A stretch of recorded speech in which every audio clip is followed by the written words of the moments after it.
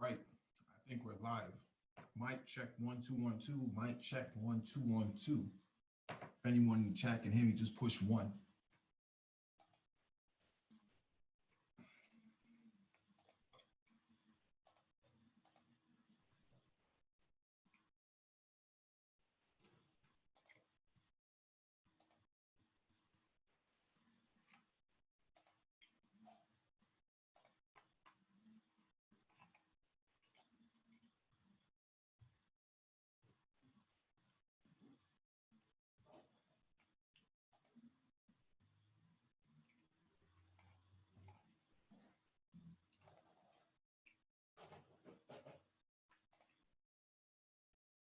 All right. Thank you for the confirmation.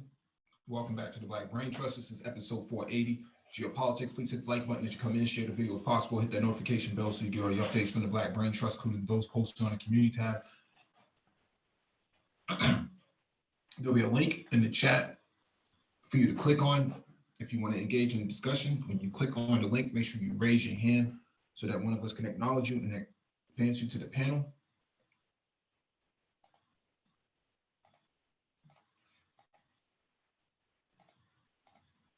No docket today. This is going to be an open chat for geopolitics. And the results that happened last night, the amount of upsets that happened, shocking. I have my take on it. I'm from Massachusetts, so I'm in a blue state. I'll give my analysis on it.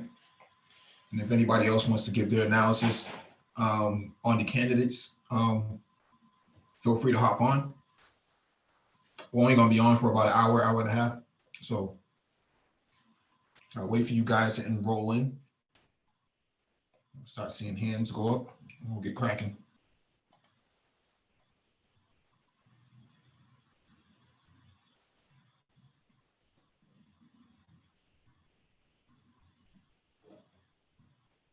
Let me give a shout out to the people in the chat.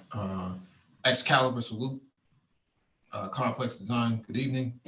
Darkside 90, what's going on? Black Scorpion, what's up? Knowledge Consumer, welcome. Hard Fork Rich, what it do, what it do?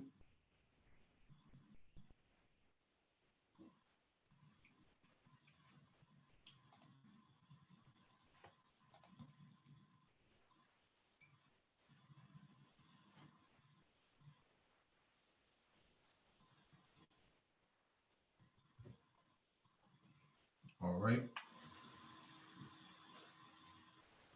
All right, so major upsets happened in the last 18 hours, 20 hours. RWP, good night to you as well. You are very much a Caribbean woman, I assume.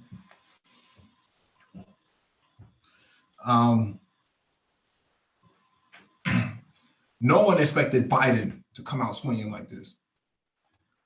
7 days ago, Biden was being written off as being a has-been, useless, incompetent, candidate. As of this morning, he came out swinging with both hands. He upset everybody. Okay, he upset everybody.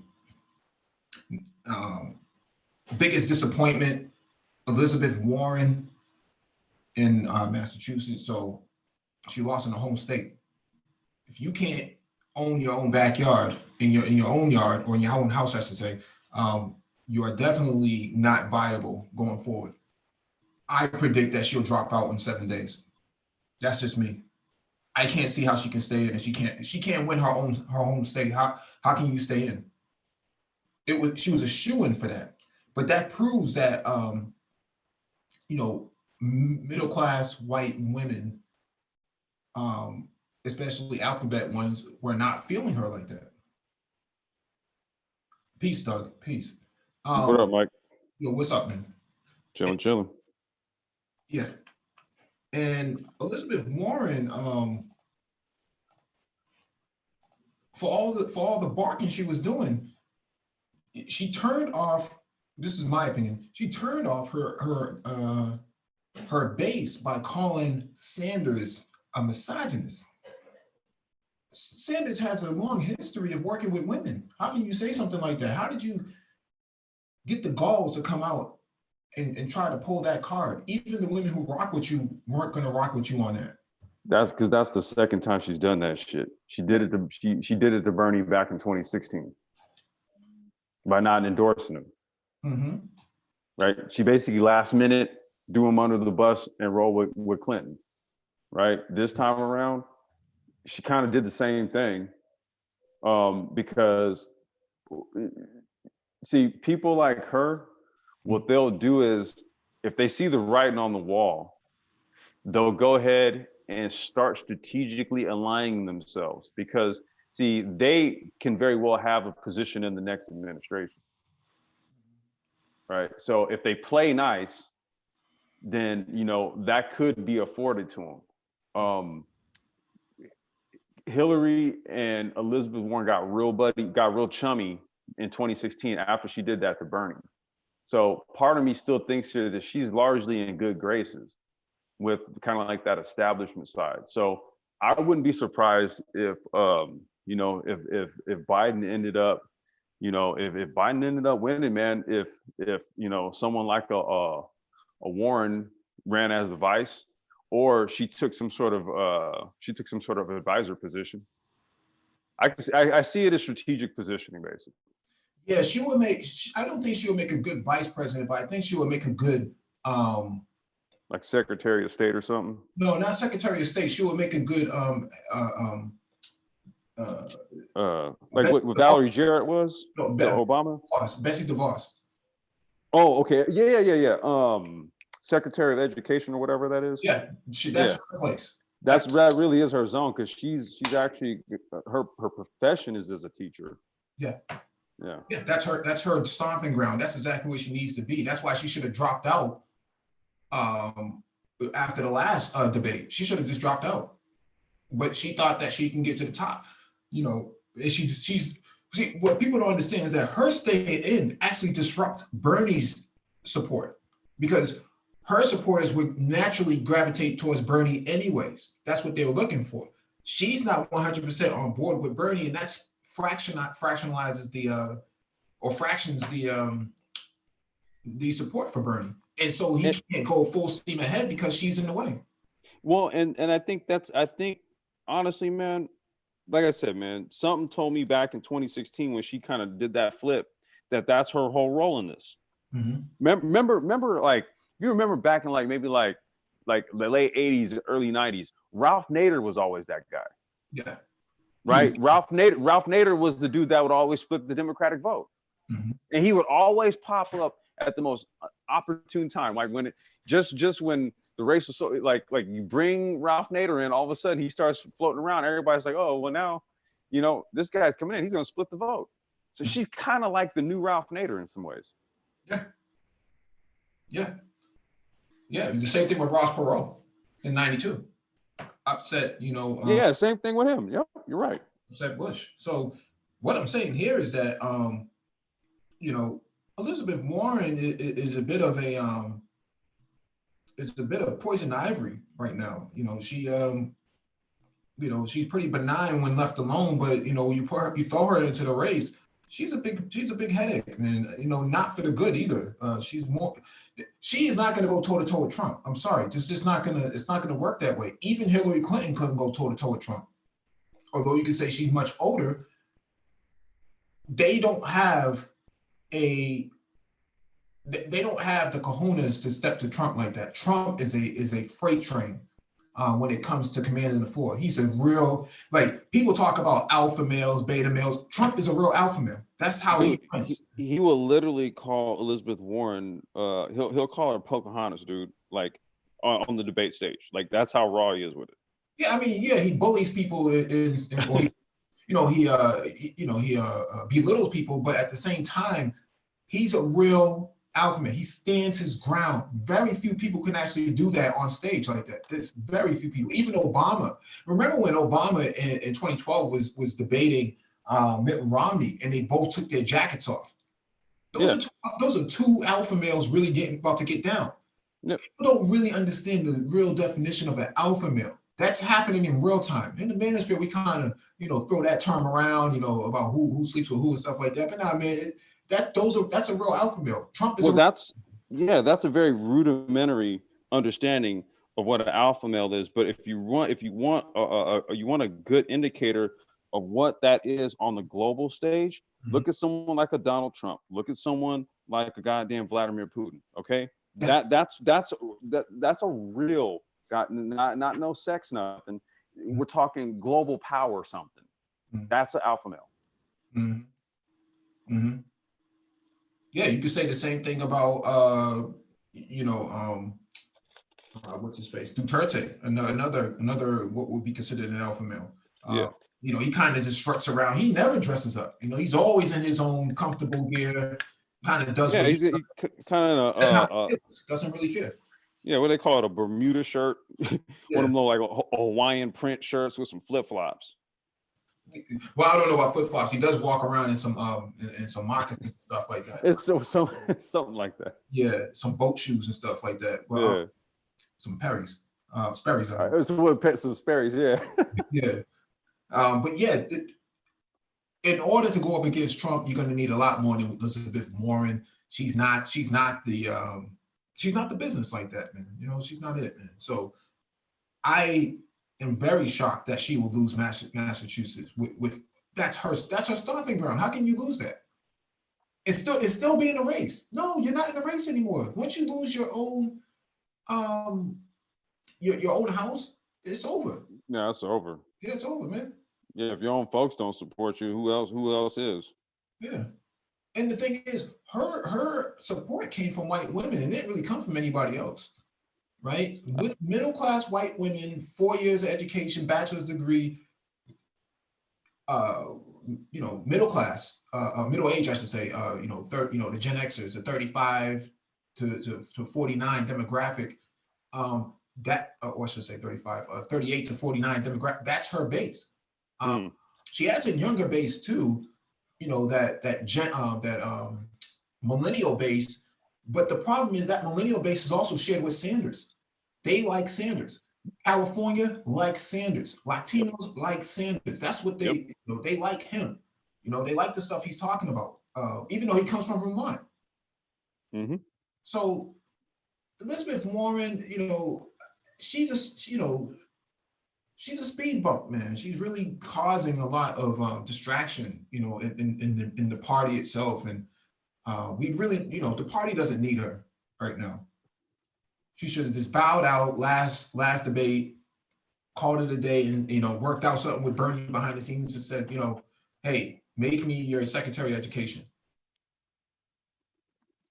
No, I'm telling you, man. She basically played the Ralph Nader role. Mm-hmm. She has a lot of money. That's what she was. Yeah, she has a lot of money. She can hang around, but hanging around doesn't do much for the party. It really just muddies it up, Well, I've heard that she's basically looking at reconsidering. So I took it as like she's probably going to drop out. Yeah. Well, yeah. I mean, there's really no. Like I said, you don't win your own state, dude. Like the writing's on the wall. Mm-hmm. Yeah. I will push back on Trump being an alpha male, though. See, Trump talks a lot of trash to people from afar, but he doesn't do it in people's face. Oh, he does. See, like, for example, like when he talked all the trash about Obama, when they get ready to go through the transition, he's sitting there smiling in his face and like talking about how well the meeting went. He really likes me. Like that's what Donald Trump does. No, bro, that's standard operating procedure, man. You're not gonna belittle the other president. But when he stepped to Hillary Clinton, Trump will.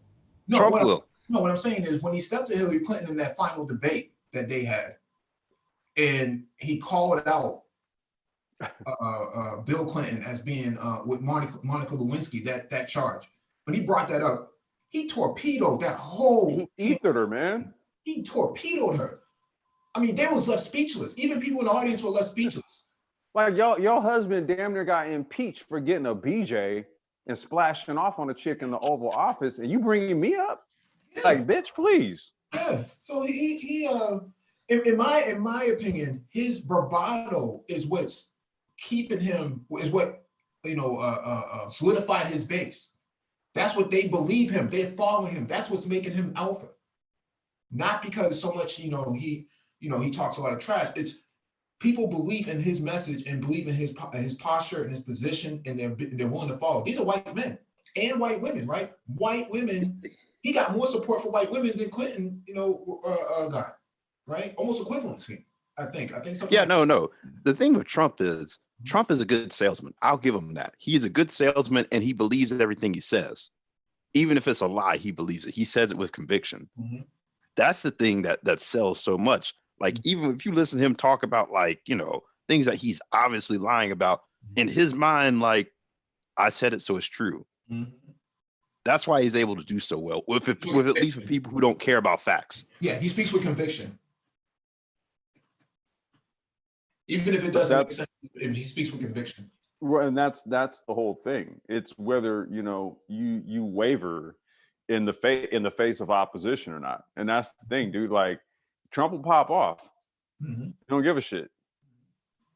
He'll pop off. So let me ask y'all this then. Do y'all feel comfortable with Biden against him in a debate? Because I think Biden will get eaten alive by Trump. I think Biden's going to be stumbling. No, yeah. I think Biden's going to put up a pretty good fight. Although Biden is not very well crafted in debate, because if we watched the last time that he and Paul Ryan went at it in a debate, he did not do well at all. But see, I think he's been even worse than he was like back in back when he was VP. Like, he's been stumbling around the Democratic debates. Well, yeah, the political landscape has changed a lot. Mm-hmm.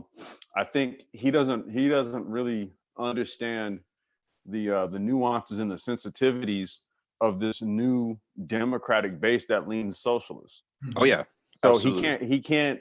He's old time establishment. So much so that, like, his son is caught up in some shit right now.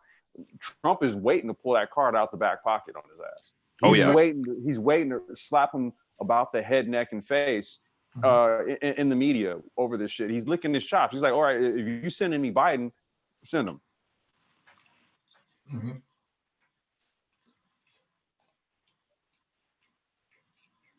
Like, I don't. Trump will take all the smoke, dude. Like, he's not afraid of Biden.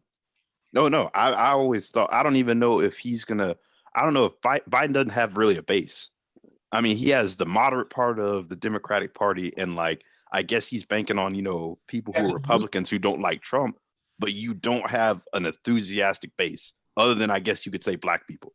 Well, he has credibility from the Obama administration, but that's what he's got. That's what got him all the black votes. Yeah. So he has the unions. That's what he has. All the unions, pretty much. Plus, he was out there last year with this, in Massachusetts at Stop and Shop. When their union went on strike, right? He was out there standing with them. So to me, he put more work in on the ground in Massachusetts than Elizabeth Warren did in her own backyard. See, Elizabeth Warren thought that she had this all sewn up, but Biden, behind a low key, was making little strategic moves, little first downs here and there, little small completions. She didn't do any of that. She just went firing off, as a white woman. She thought she had it sewn up. She was entitled, and she kind of lost that. She caught fire. It just really, I think it was a debate when that whole story came out about her saying that Bernie said that a woman couldn't be president. That seemed to kill her momentum, because she was actually leading, which I don't know if she was leading. She was making up ground in the polls. She was kind of surging. It was probably right before the end of the new year. I'm sorry, end of last year. And that whole story with Bernie broke, and that just seemed to kill her momentum. That and the Medicare for all, like, sort of flip-flopping back and forth on that.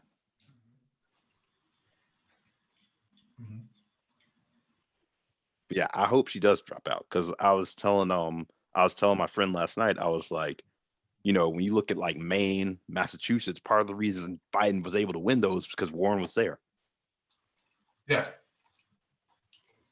he was the lesser of the two evils. Yeah, He was in the race, and they split the vote, the progressive vote there. Mm-hmm. Mm-hmm. Like I said, she's your new Ralph Nader. Yeah, she's pretty annoying. No, seriously, she's just a really annoying person. I'm from Massachusetts. I've never supported her. She's never been on the ground in the urban areas of Black Boston. She's never been around, man. Plus what she did with the Native Americans. She tried to say, Cherokee. Chrysler said, yeah, we sold you one before, Grand Cherokee. She's Didn't you use that to get into law school? Yeah. She used that many times. She used that many times. And when she finally got called out on it, she stood in her kitchen. Well, you think Trump's keeps calling her Pocahontas? Yeah. She stood in her kitchen and said, "But you're full of it. You no fucking Indian." She stood in the kitchen and said, my mother told me I was Native American. My mother told me. No Ancestry.com, no 20. No ceremonial headdresses, no pictures, no DOS scrolls, none of that shit. Yeah, and then the Native American community here denounced her. And actually they ran that campaign against her and said, vote for me, I'm a real Native American, not like her. So they were going after her too. So she didn't have a really strong support base here, man.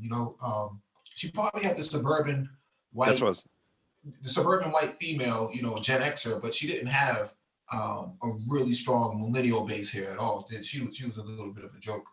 Has she ever? Because she's been senator for a while, right?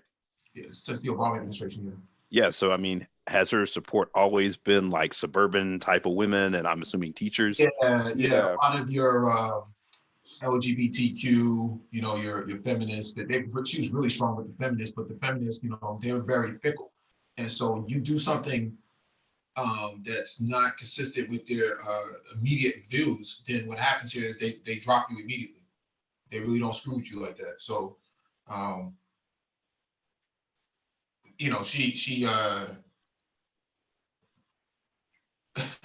RWP said, the Egyptians are white too. No, she's right about that. The census does mark Egyptians, North Africans as white now. So, and Persians, Iranians. So it's really, really squirrely. Oh, I thought she was going back to like ancient Egyptians. Well, now if you look at it, I mean, she might be saying that, but the U.S. Census actually calculates North Africans and Arabs now as being white. So Arabs like as of the new census, or this has been for a while? I think this is the new ones from what I've seen. Oh, I may be wrong about this.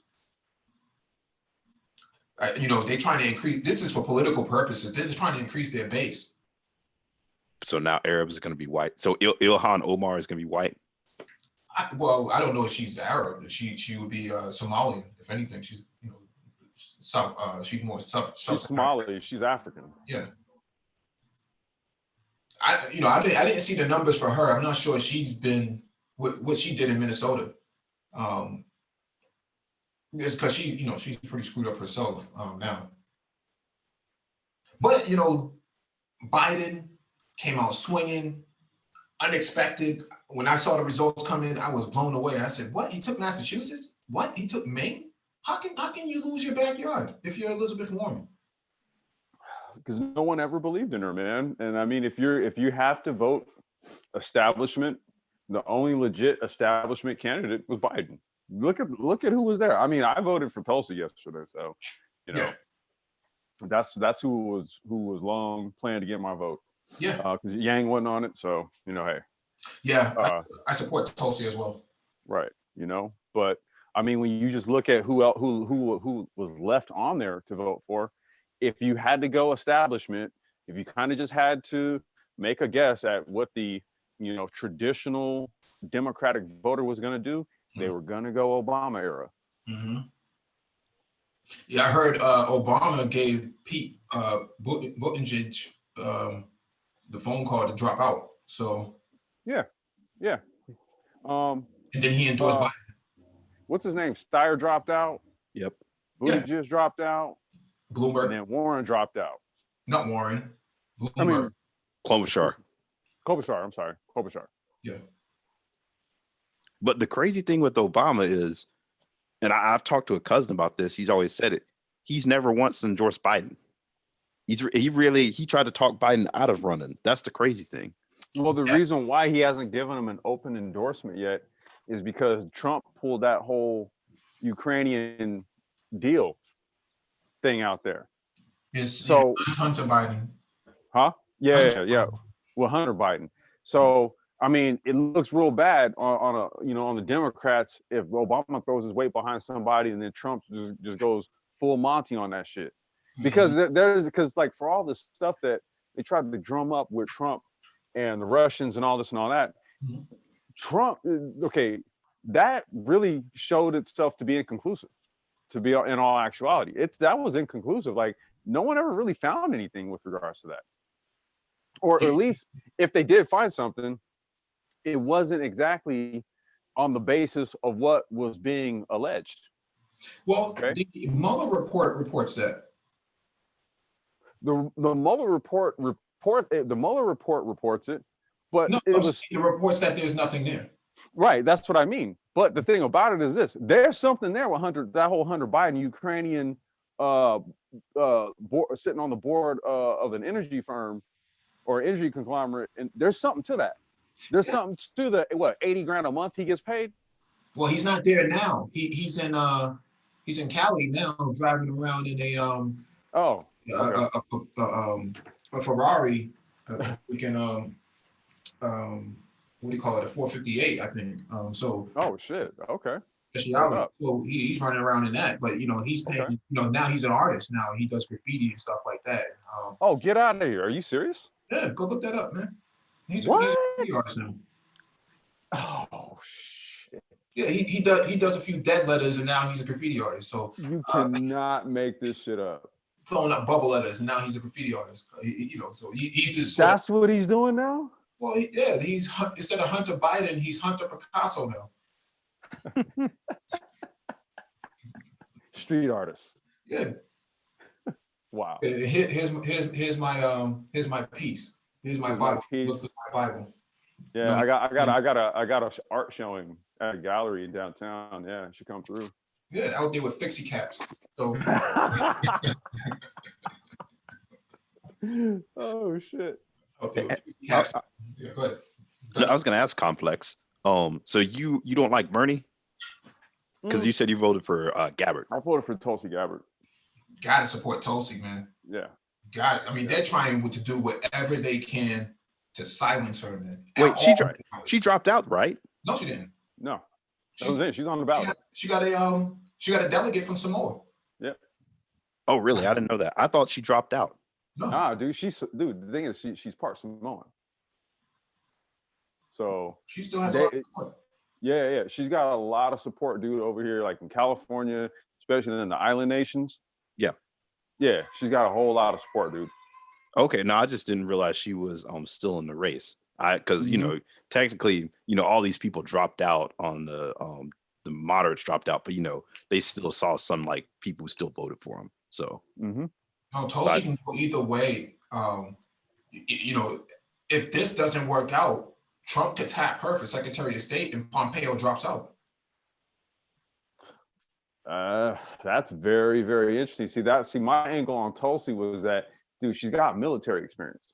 She's still active military. She's still active. You know what I'm saying? And so she just has a bet. Like if you've ever heard her, hold on a second. If you've ever heard, that was my neighbor.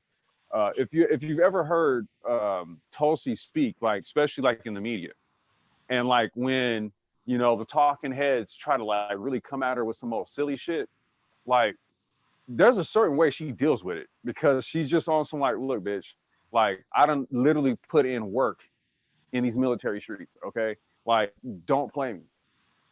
No. And it's like every time she does it, I'm like, yes, sister, yes. No, she torpedoed Kamala Harris. She tore Kamala Harris out the fucking frame. Yeah. She torpedoed. That's why Kamala Harris isn't in the race anymore. And if you want to know why Tulsi got my vote, because she stood up for brothers. Yeah. She stood up for brothers, yo. Right in front of Kamala. She got at Kamala over her fucking track record with brothers out here in California. She hollered at her on the main stage on CNN over that shit. Yes, she got my vote. Yeah. And she stood in when Elizabeth Warren made that accusation about Sanders. She was the one that stood in and said no. She's the one that batted that shit down. Yeah, she said, "Oh, actually, Sanders treats me very well. I'm a woman." See, she's very clever. I watch her town halls every day. And on her channel, man, she is very well spoken. She doesn't stutter. She doesn't stammer. She knows how to connect with people. She has that sort of, and she looks good. You know, across the board. All groups of men who are following her are saying, "Yo, this is a bad chick. 37, 38 years old. That's a bad chick. And she's well spoken. And she's well educated. And she's active duty. And she understands the issues down to the core. And you know, she's out there. She's on the ground. She's boots on the ground. She's not just doing these big rallies and stuff like that. She's doing town halls. She's using YouTube to her advantage, big time. Been all over, like Young Turks, Jimmy Dore, all them. The DNC is working against her. They're trying right now to remove her from any more future debates. Right now, as we speak, they're trying to tear her out the frame because they know she is a problem. Even if she doesn't make it all the way to the final, there's a high probability because she's the only Democrat out of the group that did not support impeaching Trump.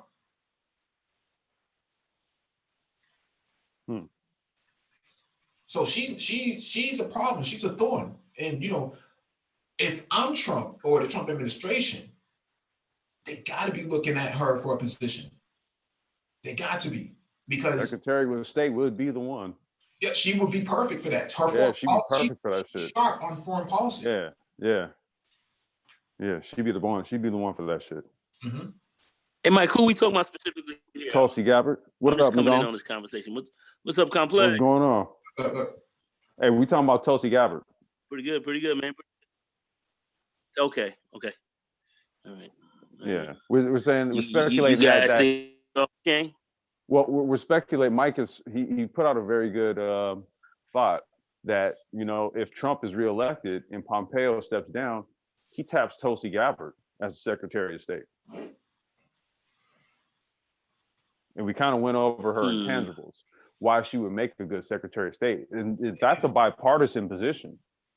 Yeah, largely, it really is. It is. Like it's kind of it's a position that's really kind of neutral administration wise. Well, not in the Trump administration. You got to be pro-Trump. Yeah. Administration. You got to Trump loyalty. She already proved that she's pro-Trump by not supporting the impeachment. Yep.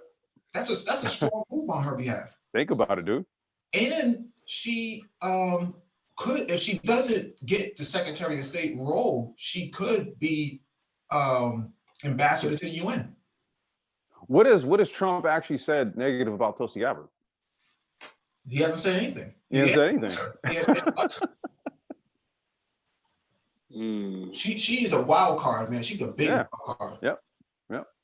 Well, I say she got my vote. She's already said recently that she's not going to rerun for senator of Hawaii. So yeah, she's looking to step up. Mm-hmm.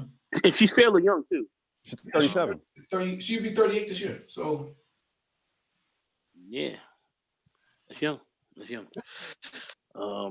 You know, in this political arena, that's very young. Yeah, it's a possibility. You know, that's an interesting one. So we'll see. I'm not going to speculate as to whether or not that will happen or not. But Pompeo's not going to be around next year. He won't be around next year. Yeah, Pompeo's already said he's going to drop out to run for Senate. That's his. Oh, okay. He's going to run. You know, he wants a stronger position because he's looking at 2024. He's still fairly young himself. He's still in his 50s. So, you know, this is very radical change right now that's happening. Biden, really came in at the last minute and it shook up the party, man. All these other funkies, Pete, I don't even understand what, he endorses Biden, but at the same time, what was his real purpose for being there other than for being some small town mayor? Like, honestly, man, I really do think a lot of like him. Yang, not so much. I could even see why Yang would have had a part in it, but you can maybe put him in the mix. But when I look at him, when I look at Buttigieg, when I look at Chloe, when I look at all of them, all of those people were there to pick apart at Bernie's base. Think about it. Each one of those candidates individually can appeal to a singular issue within like Bernie's constituency. So like LGBTQ, for example, right? Okay, I'll pull all those supporters away from Bernie because we got a gay dude running. And I just want to say, I mean, I hear what you're saying, but you got to look at really what happened to a large extent with in the South and these areas that in Virginia and all that supported Biden. These were big areas for Obama. They were big areas for him. Yep. Okay. Now you have to understand, he was an exceedingly supportive VP and totally down with the Obama regime. Black folks in this area, whatever, are going to support him because of that. They feel like they feel like they're down with they were down with Obama. I know a lot of people here on YouTube, what do you do for us? You do not. Look, overall Afro-America, besides some of the shine bones and some of the other people who have differing opinions, Black folks was down with Obama big time, as well as the Asian community was very much down with them. Bernie is Jewish, but the Jewish community voted very heavily for him as well. People talk about, Black people came out 93% for Obama last time. Yeah, but the Asian community came out close to 90%. And Jews vote heavily Democrat. The Jews came out for him at 73%. Yeah. I mean, all this kind of stuff. So, some people, so anyway. South Kakalaki and that whole area over there, they all were down with Obama. Those were Obama's people. Yep. And they're transferring that over to Biden. That's why Biden is going to be, in some respects, a prohibitive favorite in the overall. Potentially over Bernie, even though Bernie is running a very strong populist message, of which that's exactly how Trump got over. Bernie's doing the same thing, and he's definitely formidable. But that's I'm not surprised at all. In fact, my brother and I, we were sitting here, we had predicted that he was going to do very well on Super Tuesday, and those key states that I consider very much Obama type states came through for him. And they're in the pitch battle right now. They're in a pitch fight. So we'll have to see how this plays out. But Obama still behind the scenes looms pretty strong. Looms pretty strong in this race. Yeah. I mean, Amy Klobuchar, another joke. Didn't really have any sort of hard hitting points to really to take on. Bloomberg, obviously a $500 million failure. He went down like the what's that famous blimp from Germany? The goddamn Hindenburg. The Hindenburg. Yeah. Yeah. I mean, I guess Mike. He's the dude who buys his elections, man. So, hey, I mean, I saw a graphic of just how much he spent, and like he outspent Biden's campaign and Bernie's he outspent Biden by like damn near double. Yeah. And then it was like 4 or 5 times the amount of Bernie. And you got to think about it. Bloomberg just jumped in. But then he endorsed Biden, right? So, it's a very interesting because they think that Biden is really going to go far, but I don't know, man. He could be using Biden to actually take the pressure off of HRC about the Benghazi incident, because that's still an open case, still open investigation. Yeah. But Do you see any? I mean, I still don't see any of these guys ultimately being any type of issue for Donald Trump. I was gonna say I was reading today that Biden they were already talking about Kamala Harris or Stacey Abrams as his VP. Yeah. Oh, damn. People, Really? because they're right that at this point he would have to pick either assistant. You have to pick a black woman. He would have to pick or Hispanic.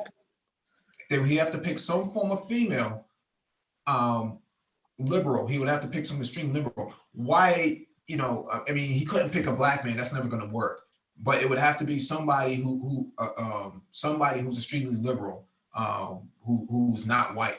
That's the only way that's really going to work, to tap the base and strengthen the base. I like Deval Patrick. I was about to say Deval Patrick. Yeah, I like him. But see, my thing is, you got to run in the middle states. You got to run in the middle states. You got to be able to run there, because we are running at the end of the day. If you're going to run to win, you're going to have to run an electoral college race. So that means you may have a state, like South Dakota or something else like that will have a certain level of votes where they will have as much power as a state, like Indiana, or another that may have double or triple the population, but they'll still have the same amount of votes. So you're gonna have to be able to appeal to those areas as well to run in those middle states, man. You're gonna have to be, those flyover states are gonna be key. You're gonna have to be able to pull those politically as a strategist. You're gonna have to compete in those states, in which to win. Regardless of their populations are small, you're gonna have to get those people, because the electoral college is what elects you at the end of the day. And that's what they got to work on. And having a black female or something else like that in some of these areas, even though these people may feel, well, I'm somewhat liberal, but when they see, Stacey Abrams, some of these other black females step up to the plate, they're gonna be like, shit. You know what I'm saying? They're gonna, some of these guys they're gonna buck. They're gonna buck on that, and we have to look at that. So that's why they're gonna have to really be very sophisticated as far as looking at who they're gonna put on this ticket. And I'm predicting it's gonna be two mayonnaise, man. Two mayonnaise up in there. I was gonna say Deval Patrick doesn't seem like he'd add much value. No, that's my brother and I were talking about that today. He doesn't add a lot. I love him, but yeah, he doesn't add a lot. So he adds it. He adds it from a Wall Street. He adds it. I mean, I don't know how much. Yeah, I was gonna say I don't know how much of that is gonna be. Them guys are down together. Right. That's what I'm saying. I don't know how much that's gonna transfer into the position. I don't know, but that's the background he's coming from. So I don't know. You make heads or tails of it. Well, keep in mind he ran Massachusetts. He did and did a great job. He did do that. And from Dorchester too. So he's from the hood. He's not. No, he's sharp dude, man. I love him. Plus his daughter is LGBTQ, and he supports that. Okay. So I didn't know that. Yeah, so he's a very strong shoo-in for all of that stuff. He can. Yeah. Something like that is a good point. So he is playing Alphabet City pretty decent. He doesn't have the swagger of Obama though. That's the no. Oh no. Had that. He's always had that problem. Even though he's from Dorchester, which is like the heartland of the brothers, man. For in terms of Boston. He kind of reminds me of a Ben Carson like personality. Nah, he's a guy. The guy's sharp, man. Yeah. He put political. I mean, Ben Carson, idiot savant. He put a brain in front of him. He can carve into it and and do unbelievable things. But put him in the political arena, he's a functional moron. No, I mean just like his demeanor and personality. Like Patrick, at least the commercials I saw, he was real like soft spoken. Like Deval's governed the state, bro. Dude, he's a dude. No, I know he's. Yeah. No, I know he's. The state. Keep in mind his this dude got nice chops. No. Keep in mind his hallmark is the Affordable Care Act. Well, that was actually Romney's. No, Romney came. You have to remember that Romney came in at the cusp of it, but he came at the cusp of it, and it all came down from Senator Ted Kennedy. He was the one who first put that out there. Yeah, but all right. So they all ran with that. Yeah, but he you're right. but he had the weight of it on his own, right? By himself, he had to. Like somebody has to create the program. Well, they came through the Kennedys to get that that lot, because that was Ted's piece, and that was Ted's piece that why he bucked the party and stepped off on the Clintons and backed up Obama was to say, put my health care plan through. Plus, you got my support, and he did it, and that was it. Plus, Kennedy's brother. Plus, he handled the Boston Marathon with ease, masterfully. No, I'm not talking about his competence. I was just talking about in comparison to Obama, as far as demeanor, things like that. He reminded me more personality-wise. That's all I was saying. I completely agree with you, but I'm just saying his resume is there, but it's not being promoted. Right. If you really just go through his years in office, it's like, yo, he did a lot of things that's not being talked about in comparison to these other flunkies that were in there, Pete Buttigieg and these other guys were flunkies. Oh yeah, no, definitely. He came from a successful state. He governed us, and let's look at the presidents who were governors before. Some of our best presidents that we've had, former governors, and these guys govern large states. And Massachusetts is no ham and egg state. You know what I'm saying? It really, I mean, it really isn't. You know, it's New England. It's the bastion of education and everything else like that. You know, a lot of things. You know, Boston Tea Party, everything. I mean, you know, it's a transformational state. I mean, it's a serious business. So Boston is like New York or whatever. It's a you know, big state. It's a big state. So you govern that properly. And they have one of the best healthcare programs that are there currently. You know, around the country. And, you know, this guy, this Deval Patrick, and he got elected in that state. And it's not like, you know, Massachusetts is, you know, it's more of a liberal state, but you got a lot of racism up there as well. This guy was able to work through this. So that was you know, pretty butter-laid, you know. He's a butter-laid cat, man. Like I said, I think he's highly butter-laid. But no, he's right for a secretary position, though. He's right for a secretary position. Probably, yeah, for sure. Somewhere, you know, somewhere along the lines of transportation or something like that. He's right for a position. So I don't know. I don't know if he'll do what. See, the problem is that, you know, Obama was not so much of a flash in the pan, but he's a once in a lifetime opportunity for the black male, you know, the black male opportunity, right? I think that has come and gone, you know, for somebody like Deval Patrick, and so he. I wouldn't so much count to that. I see what you're saying, but I don't necessarily fully agree with that. But I do understand what you're saying. I think you have to. I mean, Obama's circumstances were unique in the sense that the economy went into the shitter. He took the proper opportunity to step up to the plate.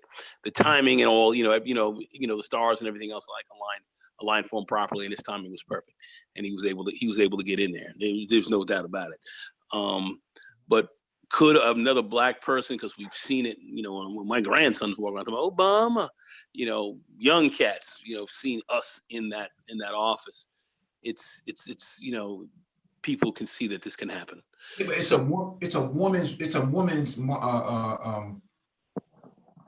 woman's movement now, right? So they're throwing everything they possibly can, you know,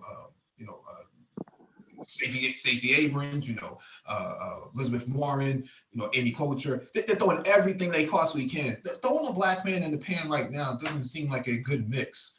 I know, but still, in this country, deep down inside, there's a lack of trust of women in this country. I'm going to call that out right now. There's a lack of trust. Some of these guys don't think that women can handle this thing properly. And you got women out here who believe some of the same shit. So, women voters are very fickle. Yeah, well, you know, like I said, grab him by the pussy. He got 52. He got 52% of the pussy out there. So Mike, have you seen like who do you think would actually actually be qualified to actually do a good job, politics aside, actually getting elected from the Democratic Party in general? In politics right now, outside of Tulsi, I don't see much. I don't see much. You could throw the ball in there, but I just don't. He doesn't have a foreign policy. You know, he doesn't really talk too much. So no, I mean a female. No, oh, you mean from a female? No, it would have to be Tulsi, dude. Like she's the only one that would be capable of of the diplomacy challenges that we have right now. Are you saying running currently or not actively running as well? Just in general. No, I mean, okay. I guess a lot of rumors about Michelle. Nah, Michelle ain't gonna do it. Michelle already said she ain't trying. That's not what he's asking. He's asking who do I think? You know who could do it? Who could? Who's competent? The only, Yeah. I mean, if we're going to point to one actively running right now, I would say Tulsi, well-spoken, has foreign policy experience in terms of serving in the U.S. military, had controlled a very, very important state, which is Hawaii. So I would point to her. I know there's been a lot of talk about whether or not Michelle Obama would jump in and or be tapped for something. I think she's the most competent woman. Yep. Yeah, she's pretty confident. Yep, exactly. Yeah, she is. I agree. She's kind of young. She's kind of young. So I know some people figure, at least you want you out of your 30s because I don't want too many young people get a little emotional out there. Politics. You got to be. Well, that's kind of why I like Tulsi, because she's on the tail end of her 30s.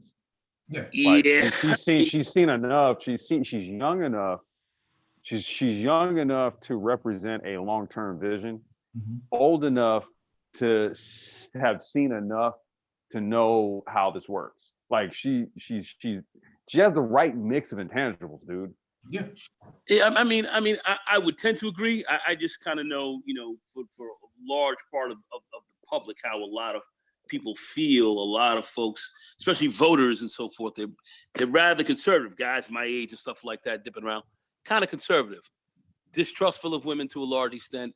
Not on a local level, it's one thing. Presidential level, mugs are scared, man. Scared of these women, and think maybe they won't handle this job right now. Whether they're right or wrong, I can't even get into that. But I just know that is, we still have that issue here in this country.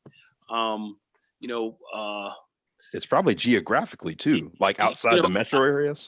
I certainly think so. And then like I said, when you start talking about Middle America, then you start getting more into the South and some of this, and in the Southwest, where you have some different views on things. You have to. These are some of the issues, and that's why I say this whole thing with the Electoral College and how this thing is played. I know the Democrats have to watch this very closely because we saw what happened with Hillary. People didn't trust Hillary, they didn't like her. Thought she was a bitch, and a lot of people did think so. So I thought sexism definitely came in there. She still won by a lot, but the flyover states did not come out. Now, part of that was her problem because she was, a horrendous candidate with respect to that. And just thought people were just going to bend over and give it to her just because her husband was president. That was not the case. There was some sentiments about her. So I think she carried a lot of baggage.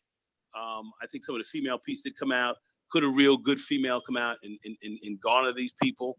It's a possibility, but I still know those sentiments are still there. So I don't know. There's a lot to overcome, and the Democrats got a tough one on this one, man. And Trump is going to be tough to beat. He's going to be tough in that EC. He's going to be a bitch. So unless the economy goes south. Yeah. I mean, he's going to be a problem. The orange one, as fucked up as he is, has got the advantage. So that's the reality. Especially if he pulls out of Afghanistan. That's a real strong position for him to solidify himself in. With Taliban, and they just assigned the peace accord.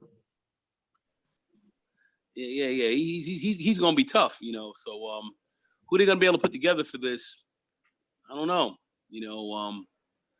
I don't know. I'm a mindset. Fuck it. Screw the establishment. Let's go rogue, and let's go populist. Let's go populist, and because that's how this guy got in there. Let's run a populist candidate, which could be somebody like Bernie, and see what shakes out, man. Just burn the box. Let it rip. Mm-hmm. That's how I feel the best bet will be, because I think an establishment guy coming in there, and I think even Biden might be the establishment guy.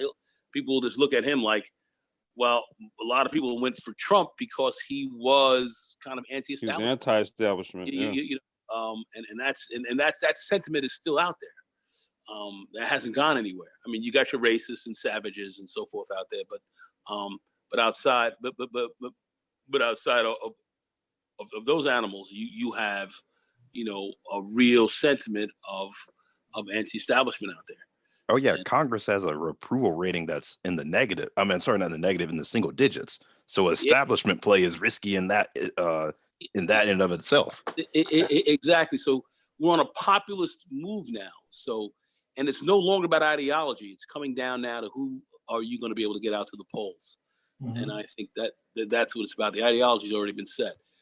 Bannon and these guys have laid the game down and said, listen, we are divisive. We're going for a certain crew. We don't give a fuck about some of you some bitches, you niggas and spicks and everybody else. We don't give a fuck about this. I'm talking about how these guys are thinking. I'm not saying this is how these guys are thinking. You gays and fags and all this. They're coming out with all that crap. They're saying we don't give a fuck about you guys. So we're going to hold our corner of the fence. We're going to get white boys out here walking around talking about Jews will not replace us. We're going to get them going. We're going to get everybody else going that's going to be divisive. We're going to bring this crew out as heavy and as hard as we can get them. And that's going to be that's going to be a hard nut to crack. And if you guys don't get this number, if you don't get numbers out here that are going to overpower these guys, you're finished. And that's where these guys are coming from. That's where these cats are coming from. And that's what Trump is going to be counting on to run on and win. I read Breitbart and I look at what these guys are saying. I look at the enemy, if you will, if you want to call them the enemy. If you're looking at them, read what they're doing. Look at what they're looking at. And they ain't giving a damn about any of this liberal stuff or whatever. They're going for a populist, racist, hardcore, hate them, fold them, lock guys out, build fences, tear everybody else out the frame. The Latinos are wetbacks. The niggas are niggas. You know what I'm saying? Bitches are hoes and, fags or whatever. And that's how these guys are looking at this stuff. And they are very divisive and they're drawing very strict lines, and they have a hard cadre of people that are going to come out that are going to support them. They're going to come out and they're going to come out strong. So, it's no longer a battle of ideology now. It's about who can get the ground game out, who can get these people out. And I think you're really going to need a populist crew. You're going to have to get some people that are not going to want to lay around. Now, from what we've seen so far in some of the primaries, Super Tuesday, where people were waiting on long lines and some people coming out, there's some energy out there. And if the Democrats can grab that energy and keep it going, then they have somewhat of a shot. Because if you think about this and you really break this thing down politically from the electoral college perspective, what three states really got Trump elected? If you can get Pennsylvania, if you can turn around Michigan, and you can get Iowa, you run those states, and if you can get those guys turned, and then you can just hold Pennsylvania if you can, all right, and then just hold your own in these middle states, you can beat this. This man can be beaten. You can take him in the EC. He actually can be beaten. Because one of the things that he has not done is he hasn't expanded huge on his base. He's got a hardcore base that we haven't been able to crack, but he hasn't really extended outwards that much. That's where he's vulnerable. And that's where people can pick up a lot and get him. But, I don't know if the Dems are really going to be able to pull it out. And who are they going to be able to put that's going to be under the ticket, under the president and as a VP? Who are they going to get to really run this without scaring certain people off? They never had anything to begin with. This shit is no game. This is serious business here. So go ahead, Mike. What are you saying? I'm sorry. Go ahead, Mike. They never had anything to begin with. They had 4 years to conjure up somebody, and they didn't have anybody. They had since 2012 to conjure up somebody, and they came with HRC. They have nothing. They've had 8 years to do this. They've had nothing. And so Trump is an accidental president, man. He really this was just a mockery to say, I can run for president. Trump did not expect to win, bro. No, listen, this guy got elected by 46% of the vote. 46% of the popular vote. This man came in. We haven't seen this like this. Damn near in history. Okay, 46% of the vote. Fuck that. This guy ain't coming here on no wave. This guy didn't come in here on no giant populist wave to come rolling through. All right. Okay. What got him in here was people who came in on the popular side of the game, and those middle states, those that actually are draining people, that are actually losing people. A lot of these people are running out of those states and coming to the blue states to work. In the coastal areas, right? California, New York, and areas, new states on the eastern seaboard like North Carolina and Georgia and Atlanta and so forth. There's a lot of people are draining out for the middle states and going over there now. But still, you're still going to have to. You got a populist message, I believe, could really work in these areas because some of these people are catching hell. They're catching hell there. You can crack this shit if you get the right people in there. You can. This guy is vulnerable. 46% of the voters. How this guy came in? He came in here weak as fuck. He came in weak, but he talking loud with a bunch of savages backing him up, and these savages are going to come out, and they're going to come out strong. All right, but you can counteract them if you can really get a strong populist message out here and get people out to the polls in these states. That's where this race is going to be, and I don't know if the Democrats haven't done it. And I think, Mike, what you said makes a lot of sense in the sense that the 4 years that they've had a chance to really cultivate the right people, they haven't. The big problem, in my view, and how I really break this thing down, I've broken this thing down didactically and tried to take a three-dimensional view on it. Obama fucked up. He should have smothered Hillary in the crib, killed her ass off, never let her rise, never let the Clintons grab a hold of the Democratic Party, and then bring this fucking shambling broad out here to tear the fucking party out of the frame, where they had to do a whole reset move. Obama should have came in here like the Kennedys did back 60 years ago, clean house, knocked the shit, kicked every sucker-lady's dick in, and just said, get the fuck out, you're out. Clintons, you're dead. I am the titular head of this party, and I'm going to sit here and start putting my people in here. And we would have had a much better situation to deal with. This is where I think Obama strategically made some mistakes. He let the Clintons come back in. They had money. Well, they had the money, and they came in there. But but Obama had the money too, because Obama had a lot of cash that was sitting in his campaign account that he ended up paying people back, and people made money on him. See, Obama could raise money. Obama was a money-making, cash money running, the CMB, Cash Money Brothers. That's what he was. He was a CMB running that, and he was running syndicate. He could have raised all kind of money to take over the party. He's the president. You're the head of the party. No, he definitely could have raised money. Clinton just came in with their money and kind of took over. You're the titular head. He laid back. He was sucker laid. See, to me, you gotta have a gangster mindset. You gotta take your opponents out. Take them out. And so they never raise again. The Clintons fucked the party. That was the problem. And they didn't build a cadre of people that they need to have underneath them to make this transitional move in 20 and in 24. They had Hillary up in there, had her funky ass up in there, and old Bill running around. And that did a lot of damage. And the party's going to take them a while to pull this around. Now, Obama's playing a decent backdoor game right now, but I think his prime opportunity when he had the power was to destroy the Clintons, finish them off forever, and then have him and his crew, Axe and all his guys, sit back, recalibrate the party, and run it their way. He was a transformational candidate.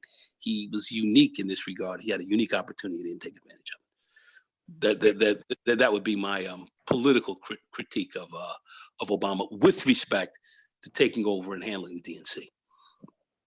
So the point that I was making earlier was that Trump's campaign did not even have selected figures for his cabinet, and so that's why they scrambled at the last minute. If you read some of the campaigners, they said that when the results came in, they said that they had no idea that was going to happen. So they never had anybody selected to begin with. So they had to scramble at the very last second once the results came in and start finding people. And a lot of people were like, "Nah, I don't really want to be around this guy." And they didn't take him seriously. So that's why, his cabinet has had so much high turnover because it was never anticipated that he was going to win. Yeah. Mike, you're absolutely right about that. And see, it wasn't even so much that Clinton won. I mean, excuse me, that Trump won, but Clinton lost. That's what this thing was. This guy didn't really win. He didn't win. He didn't win. She lost. And that was the real issue here. And that was just a tremendous mistake, but by the Democratic Party. It was a tremendous error. And their biggest problem was sabotaging Bernie Sanders. They made that's exactly it. There were two populist candidates that ran. Bernie was populist, Trump populist. They were identical. These guys are identical in their rhetoric, in their tone, and exactly what they were basically saying the exact same things. They were saying the same things. They brought Bernie into the White House when Obama was in office and said, you need to drop out to make way for HRC. And they did it, and it was backfired right in their face. Big problem. And they're doing it again by throwing in Elizabeth Warren and these other yo-yos. Yep. Split up the freaking the support base. And now you have, Biden coming in with his tidal wave, and they're gonna go through the same thing again. Same exact thing. Yeah, they're going to see him as an establishment, old run-of-the-mill guy. The black community is coming out because they feel they owe him for Obama. That's going to be big. All right, so that's what he's going to be riding in on that Obama wave, and they're going to come out and support him. That's how that's going to get torn out of the frame by Trump on that Ukrainian shit. The Bernie supporters are going to be very vicious with Biden. They'll attack him themselves. A two-pronged attack coming from both parties. Right. But I want to get to this point that Paul G made in the chat. He says, I was done with Obama in the Democratic primary. He said at this time, I believe marriage is between a man and a woman. He told you then what his social agenda would be. I'm not sure. I think you're misunderstanding the statement that he was making. It was between Biden and somebody else, and Biden kind of threw Obama under the bus with that. And so Obama had to come out and actually back up Biden. It wasn't so much that Obama backed up, same-sex marriage.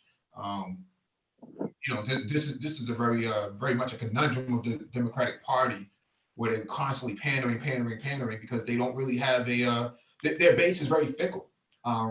And so Trump got more support from black men than Romney did. And then what you're starting to see now is that this time around, I think they're saying that even, now it's a possibility that Trump may get more support this time around than he did in 2016 from black men. So the black male vote is a very strategic vote now.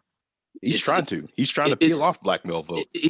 And see, he came in with the prison reform bill, which is letting a lot of cats out of jail early right now. And that was and a lot of the people who were in jail over these whack marijuana charges and all this bullshit. These guys are getting sprung, and they're like, "Oh shit, what Trump's up here? He's springing my ass." So people are saying, "Okay, that's a play. That's somewhat of a play to the black community." Will that have some effect? Yeah, it will. It may also be setting the stage for legalization. Just keep that in the back pocket. Great point.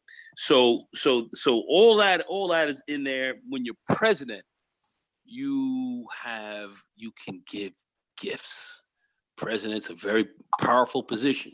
I remember I was watching this movie Lincoln, and Lincoln was saying, "I am clothed in immense power." I started laughing at that statement because it's absolutely true. So the president has power. He has, he has the ability to do certain things, and it's tough to beat an incumbent. The reality is, it's a bitch to beat him. Last 100 years, we've had a total of 20 presidents elected. 15 have been elected outright. 4 have lost. And one, I call one where with the Nixon administration, where they actually won, but Agnew and Nixon ended up having to leave under rather highly shady circumstances. And then Gerald Ford came in there, who was never on any ticket, and then he tried to come in and he lost. So that administration ended up losing as well. But it wasn't the presidents that were in there, because had Nixon not been caught up in Watergate, he would have had, because he came in on a pretty big landslide, if you will. So 15, 4, and 1, man, those are the numbers. So if I was a betting man, if I didn't know anything about politics, and I was just a betting guy, I'm betting for the dude who's sitting in that chair. It is what it is.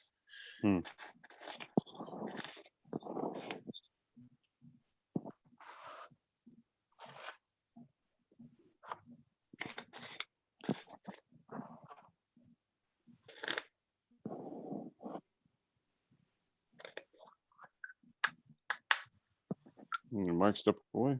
I'm here. Oh, okay. Oh yeah, that's it. I'm pretty much done. I mean, I'm looking at this stuff. I'm disturbed at some of the stuff that's going on, but it's going to be tough to beat this guy, man. This is, it's as whack as his ass is in so many ways. He's holding some pretty powerful cards. It's going to be tough to knock him out. Like I said, the only thing I think that can trip Trump up is if this coronavirus really sends the economy into a recession. Man, because that's what he's riding on. It's possible it's going to hit China harder, but no. Check it out, dude. So like in my job, all right, like so in the city where I'm at, I guess early this morning there's 2 confirmed cases. Okay, so the company that I work for is like, look, we're not gonna fuck around. So like they put us on some notice that shit might be changing over this. So I don't know. Like everybody was kind of like, what the fuck? This coronavirus shit, it's largely predicated upon how the public is responding to this. Yeah. And just kind of how what I was seeing like today, it was very strange inside. Complex. What's up? Are you talking about the panic of the folks? How people panic? Yeah. Because I mean, it's like you got like a shit ton of people walking around with masks and shit, and then the company's kind of like, we may need to switch something up here until this until this is all figured out. So I can even kind of see on a ground level how this stuff is starting to kind of affect things. Oh yeah, right. My company has sites in Italy and Japan, and they pretty much said we're closed because they don't. Basically, they're worried about it spreading, and then they're worried about one person bringing it in, and then you shut the production facility down. Dude, I was talking to a partner over the weekend, right? Partner of mine with the micro transport stuff. So we need to get a shipment from China. Guess what this dude's sitting there saying? He's like, dude, do you think we'll actually get the package? Yeah. And I was like, you know what? That's a really good question. Yeah. So if that happens in mass and you start seeing some GDP fall, Yep. And I even saw this actually last week, dude. I'm trying to remember what morning it was. It was on CNN, and they were reporting on the coronavirus, right, and its effects on the markets. And then they had this little graphic in the background, and it was like you just saw these red trend lines pointing downward, like in whatever 3 or 4 sectors it was. I don't know if it was like NASDAQ and the Dow and then whatever else it was. I don't remember what 100% certainty, but what they were doing was they were correlating this whole coronavirus scare to what's going on in the markets. Yep. Matter of fact, I want to say Dollar Will last week.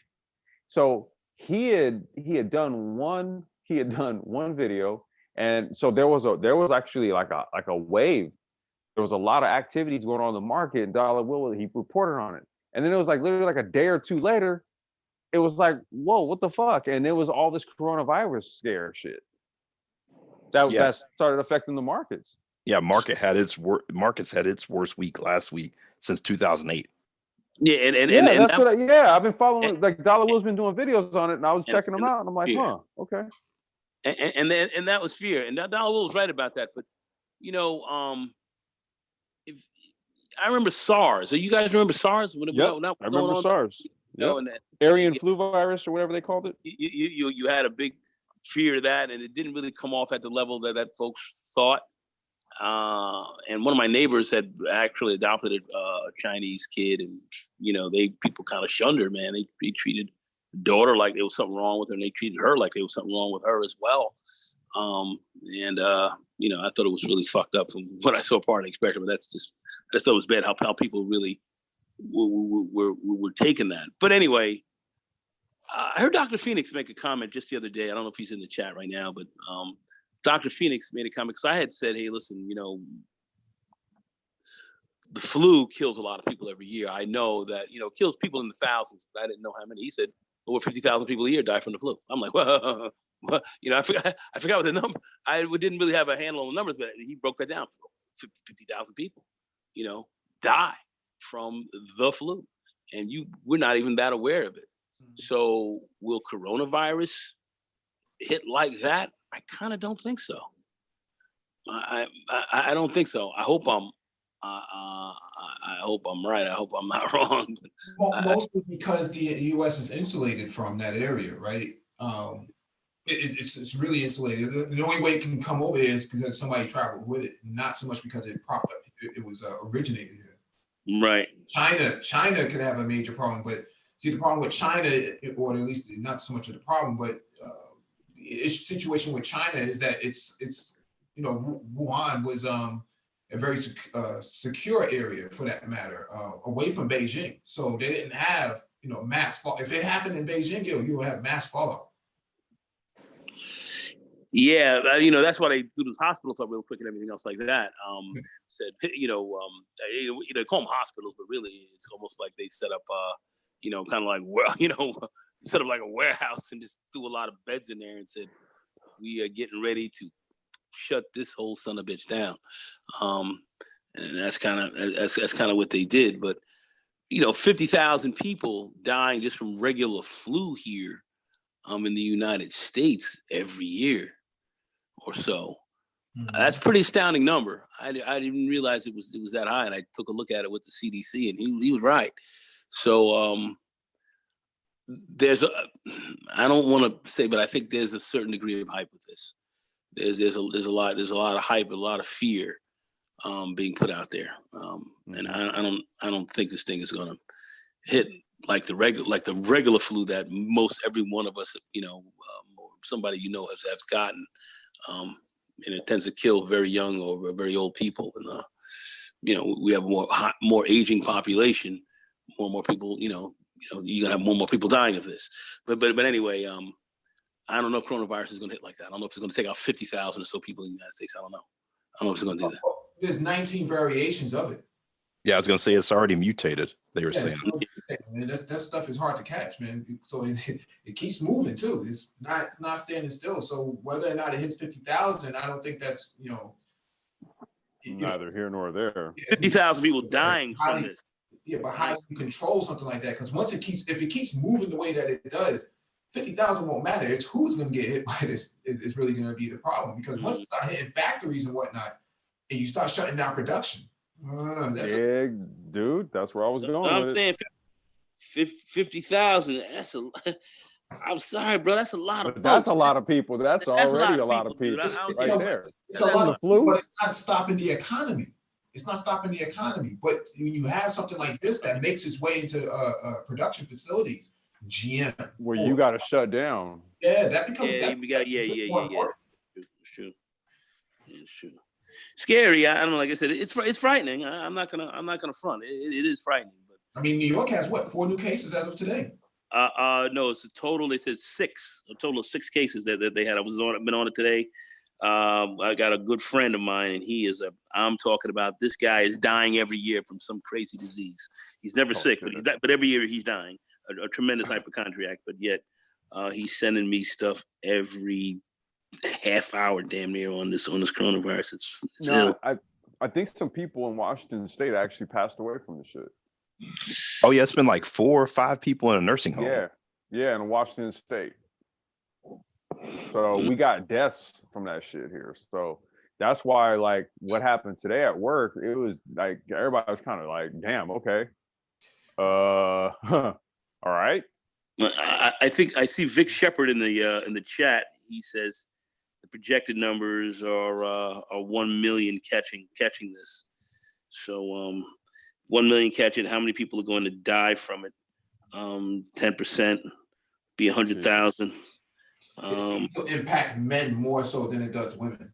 It seems, and it doesn't hit children. It seems to hit more adults, adult males and adult females. And it's tearing old folks out. If you're an old person, you catch this, you finish. Right, and that's the thing, man. This shit is, I mean, it's like kind of like, okay, how much of this? Yeah, how much of it is overstated? How much? You know what I mean? Yeah, man. Yeah. Oh shit. Yeah. Go ahead, Mike. I'm sorry. No, I was just going to say that we talked about this over the weekend, but Black men are heavily at risk for this type of stuff because one, they don't go to see their physician as often as they should, and they don't have access to proper health care. And the homeless, you got Mike, you're bringing up hell of a point. Higher homeless population as well. Yeah. So these people, they're not going to be treated. I mean, look at downtown LA and a lot of other places. They'll largely be carriers, man. Yeah, that's exactly right. So yeah, but Mike, you're dead on it, man. You're dead on that shit. So as far as the Black male population being targeted in some ways, I mean not purposely, but actually targeted community just by the nature of what's going on here in the United States and how this game is played here. Yeah, we are definitely at a higher at risk group. I would definitely agree with that. Absolutely true. Yeah, you have all needle sharing people who are in close proximity to each other. All of the sanitation issues that comes with that. People not washing their hands. Walking around with unbathed and stuff like that. Man, that stuff is vicious. Man, look, this is why I don't remember who it was that we were kind of having a back and forth with, but this is why we were trying to explain to that person that this shit is a public health issue. When you kind of have that in the public space, it's where this type of stuff breeds, and it's in an open environment. So guess what? It just kind of just wafts into there and just spreads on about. Mm-hmm. Let's just see how this thing really moves, because I remember when AIDS was first really hitting hard, and people said you can get AIDS all kind of ways as well. And that was a pandemic for sure. We're still seeing that it's still burning in certain areas and actually growing in certain areas of the country that we thought we had it covered. But yet it's rising high in the South one more again. And I do believe we understand who that vector is and who's carrying it to us. All right. Oh no, let's not go there. but anyway, it is rising in the South. So we have to look at how these pandemics, these diseases actually are transmitted. So I don't know, man. It's I don't want to go over the deep end on this coronavirus yet. Let's just see where this thing is. But doesn't seem like we're getting these massive amount of cases. It's not like 5,000 people came down with it and they've been hospitalized, and people getting rolled into hospitals around the tri-state area very quickly. That would be terrifying if we saw that. We're not seeing that as much. But Mike, I'm gonna tell you this: what you are seeing, man, because like I said, where I work at, man. So like, you get a whole lot of there's like people be in there coughing and shit, and so and then you got people walking around masks, right? And then you got the word coming down, they might do this, right? Then you got 2 confirmed cases, and you're like, okay. You're just like, all right, this is all a bit much. Well, the thing is, Trump appointed Pence to manage this type of stuff. We haven't really heard much from Pence. You haven't heard shit. No, we haven't heard anything from him. He's been quiet as a church mouse. I mean, you haven't heard shit from that dude. I haven't even seen him on the news, in the media, anywhere. Where the fuck is he? I don't think, I would have thought that he would have added somebody involved in medicine to be the head of that. Like, why would he bring Pence on for that? Like, because he has a medicinal specialist heading HUD. So, you know. Well, well, he's a surgeon, but not in this. Well, what I'm saying is that, you know, to ask that question, you have to look at the fact that he placed a brain surgeon at the head of, you know, housing. Well, because he came out of public housing, so that was the correlation. Oh shit! These guys are clowns. But anyway, you know, but he was set there to be the hitman. He was a housing hitman basically. Knew this guy would pretty much be willing to do damage the way they wanted, and that's pretty much it. Hold on. Akil Kamisi in the chat, he said Pence made the rounds on Sunday talk shows. Akil, if you're listening, just curious, what was he talking about? Just curious. I'm sorry, Nick, go ahead. No, go ahead. You guys got it. No. I'm just waiting for him to reply. He's in the chat. Yeah, man. Go ahead. No, because this could torpedo his campaign as well, because sidetrack. You know, all the discussion, they'll blame it on him. You know, it's Trump's fault. You know, if it's not his fault, it's the Russians. No, I did see Pence on Meet the Press, and he was blaming the press. He was saying the media was basically hyping it up. That was pretty much That was pretty much what he said. At least the one show I saw him on. Yeah, but that's not saying much, right? That goes without saying, right? The media is only hyping it up, but you know, when it comes to coverage of Trump, you know, they're not hyping him up, right? So it's interesting how they spin it, but it's still a serious problem, because even in the corporate office, we're having these discussions behind the scenes. So what to do? You know, should we start making people work remote 2 or 3 times from home? Yep. You know, those sort of conversations. Well, let's see if this thing really hits the economy, because if it hits the economy and it takes a header, you know, that would not bode well for Trump, and it could potentially have an effect on the election. It potentially could. Now, do I think it will? I'm kind of thinking it won't, because I don't know if it's going to get to that level, but it could. This could be politically a very difficult thing for him to deal with as well. So be interested to see how this comes down, but I have to admit this is a little bit scary. Anyway, go ahead. I think you're going to say something, Mike? No, I was saying it becomes a hot potato, because neither one of them are knowledgeable on this, and there's nobody really in their corner that can really back them up on this. Right? Who's the government spokesperson who's kind of taking the lead on this shit? Right. I was gonna say the other thing too, even if it doesn't necessarily get too crazy, if it just hangs out and goes in the summer, and people are like, "Do I really want to go on vacation?" Things like that. Like just tourism. Happening. That's already happening. Most of your airlines are not going to China. They're not going to the South. Yeah. They've restricted flights. Yeah, they have. Yeah, and Mike, you're right about them cordoning off a lot of people. They actually diverted flights from the U.S. that came from the Southeast Asia region to Haiti and made them land in Haiti. Unbelievable. Look, man, that's why my partner was even wondering that if we go ahead and put it in order for a parts shipment, if we'll even get it. Yeah, no, my goods from China have been delayed 45 days. So I already okay. Well, there's the answer to that. Yeah, and the person actually emailed me and said, "Hey, you know, it's going to be about 7 to 8 weeks, you know, for shipment." So China, they have shut down. Halfway. So that's right. It's going to hurt the Chinese economy. That's the big thing about this whole coronavirus really going ham around the world. People are going to close their doors. It's going to hurt the Chinese economy. It's going to hurt them. They know that, because even on the exchanges, these guys are losing. They could lose literally trillions of yen behind this. This could be a huge problem for their economic straits. So that's why I think they kept things quiet for a while, because they knew what the economic fallout of this would potentially be. And that's what China's more concerned about than anything else. And then they're certainly right to be concerned about that. Mm-hmm. Yeah, I was going to say too, Mike, I think it was Google and, or maybe not Google, maybe it was Facebook and Apple. They canceled a bunch of their conferences. Yeah. The already International Auto Show has been canceled.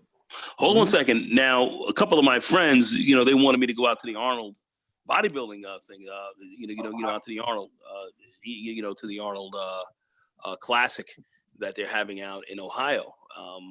And they're talking about, trying to shut that down. And they got a petition of about 7,000 or 8,000, residents to yeah, man. You got the bodybuilding crew coming out there, but it's just they're gonna have a whole it's a whole weekend, so there's going to be a lot of different kind of sports related events around this, and this is a big money maker for Arnold. He does very well with this every year, and all that, and anybody who's kind of in the fitness or physique or kind of bodybuilding kind of community, of which I frequent as well. This is a huge weekend, and they're trying to shut that down. And I just heard about that yesterday. So the petitions have gone out to try to shut this down. I know Arnold, these guys are going to try to keep that thing open. But yeah, there's fear abounding about that. So this is this could potentially hit a lot of people and hit them where they breathe in that wallet. So that's kind of what's going on. And funny, I've been, here in New York, you go out to some of the malls and stuff, and there are less people there. So there's fear. This is this is having an effect. I'm looking at it. And the situation on the ground is there's a lot of nervousness. There's a lot of there's a lot of angst.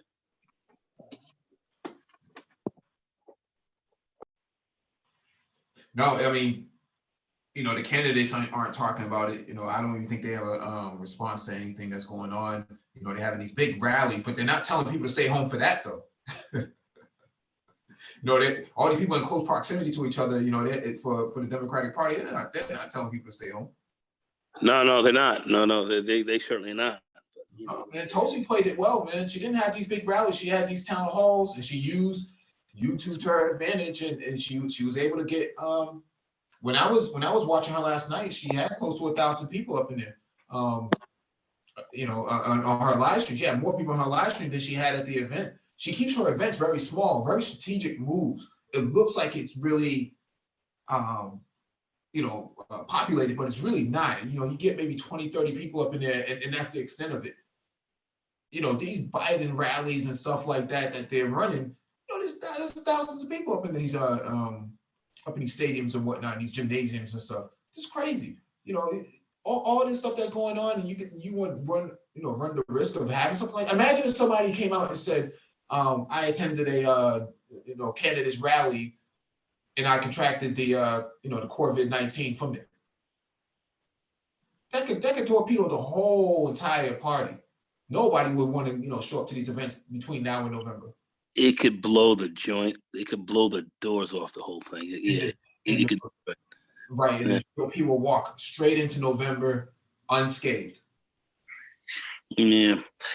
What I find quite interesting, and I looked around, I see nothing with respect to any kind of talk of a Black agenda or, our interests really being put on the table. And, once again, I find that rather disturbing. And I don't know what you guys have to say about that, but, yeah. I thought Bernie had the best agenda that actually affected Black people, but you had the Black establishment who got behind Biden. I mean, I tend to agree with you on that, especially with respect to healthcare and education, because that definitely does play in there, and that's why I'm saying I would like to hear more people speak on that. But Biden once again has kind of that the Democratic kind of I don't want to say so much plantation from that standpoint, but because the plantation has changed to some degree, but blacks are still on the they're still on the farm with respect to Biden and all that. I know a lot of them definitely feel that they because of Obama, and we stated earlier. So that's gonna be very attractive. I was gonna add too. I mean, I'm not in the camp of Obama did nothing for Black people, but if you do look at the Black unemployment rate, it was not good under Obama. Well, in fact, the Black unemployment rate started to come down. In fact, No, it came down, definitely. It definitely started to come down. It came down from 10% down to about 5% or so by the numbers that we get from the Bureau of Labor and Statistics with respect to payroll.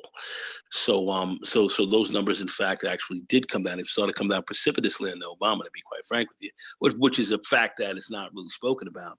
And then, of course, Trump has grabbed a hold of that. And, Trump did not grab the type of economy that Obama had inherited. So, as things started to continue to go down, he grabbed a hold of that and said, hey, I'm doing this, I'm doing that, I'm doing this, I'm doing that. He can claim that because he's president. So if things were going high, he would be getting hammered for it. So if things are still going down low, he's got to be credited with that. So politically, he's right on the money to claim that. But things did start to really start to come down underneath Obama, and a lot of folks haven't really looked at that the right way. They haven't looked at it, because I guess they felt since he was the black president, he should come in there and just do everything for black people. And, he really got elected to fix the economy. That's kind of what his real charge was, why they put him in there. But anyway, Obama wasn't as bad as a lot of people would like to say. Do I like the guy? Yeah, I did. Do I think he did everything that he could have done? No, he did not. Did he make mistakes? He sure did.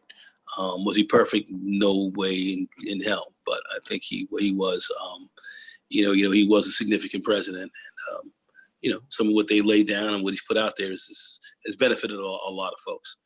So I'll just leave it at that. There'll be those who will not like the man, and they'll have their own opinions, and that's certainly fair enough. But that's what I have to say about that. Anyway, go ahead. Yeah, Thalia in the chat made a statement, said there was a Chinese doctor from Wuhan saying that correlation between 5G mutating the coronavirus because they test 5G in Wuhan, which leads to technological virus. There's no real substance behind those statements because they're finding the virus in Iran. Iran, usually an isolated state, or roughly an isolated state, is having dozens critical infections.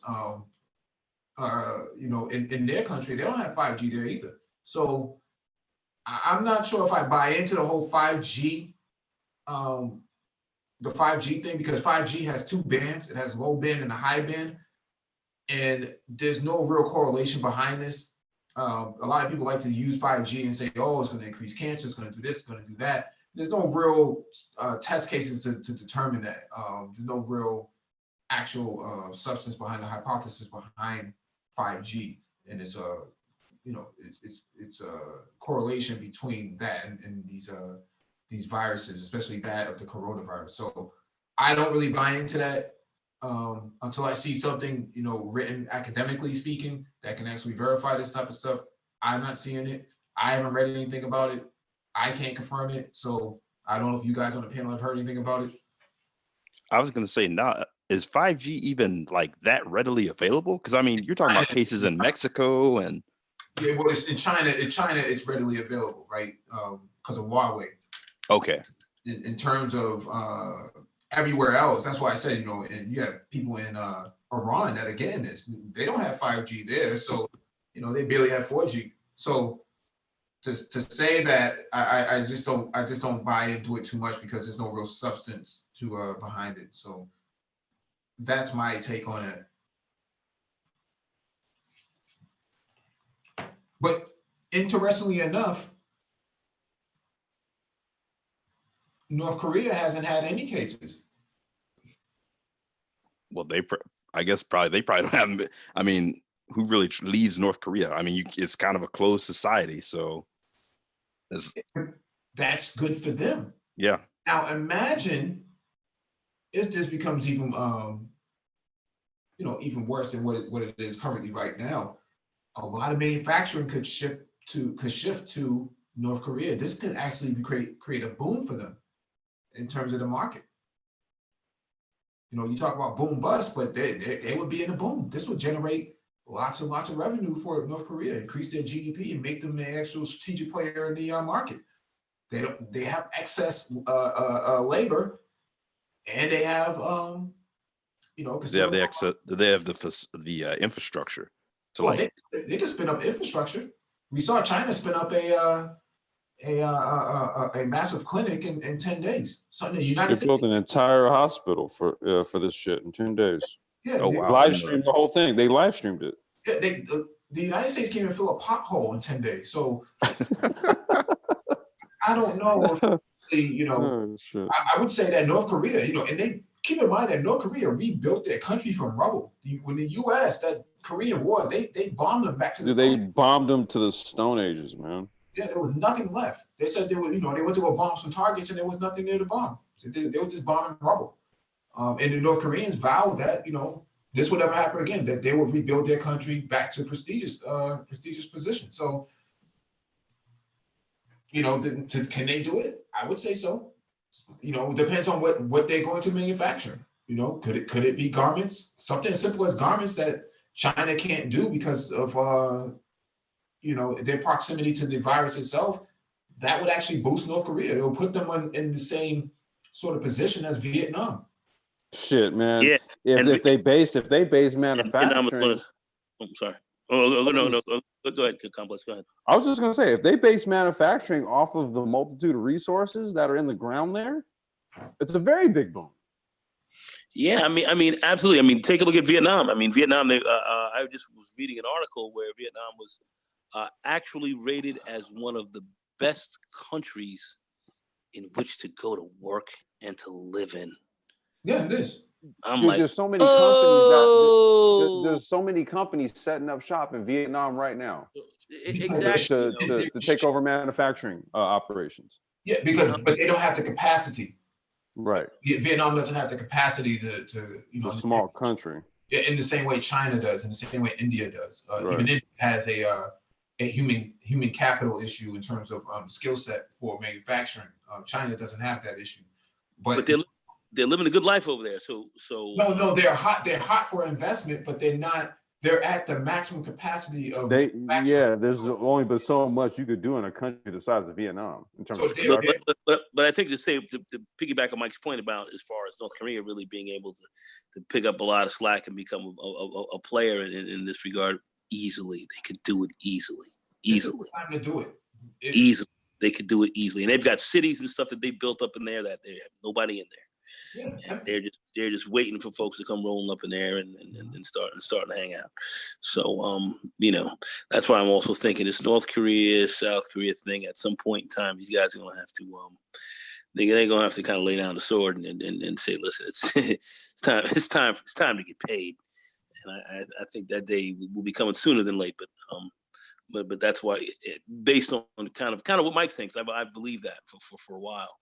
And they are poised in a perfect position for that right now. Perfect position. Remember when Kim met Trump in Hanoi at the Hanoi summit?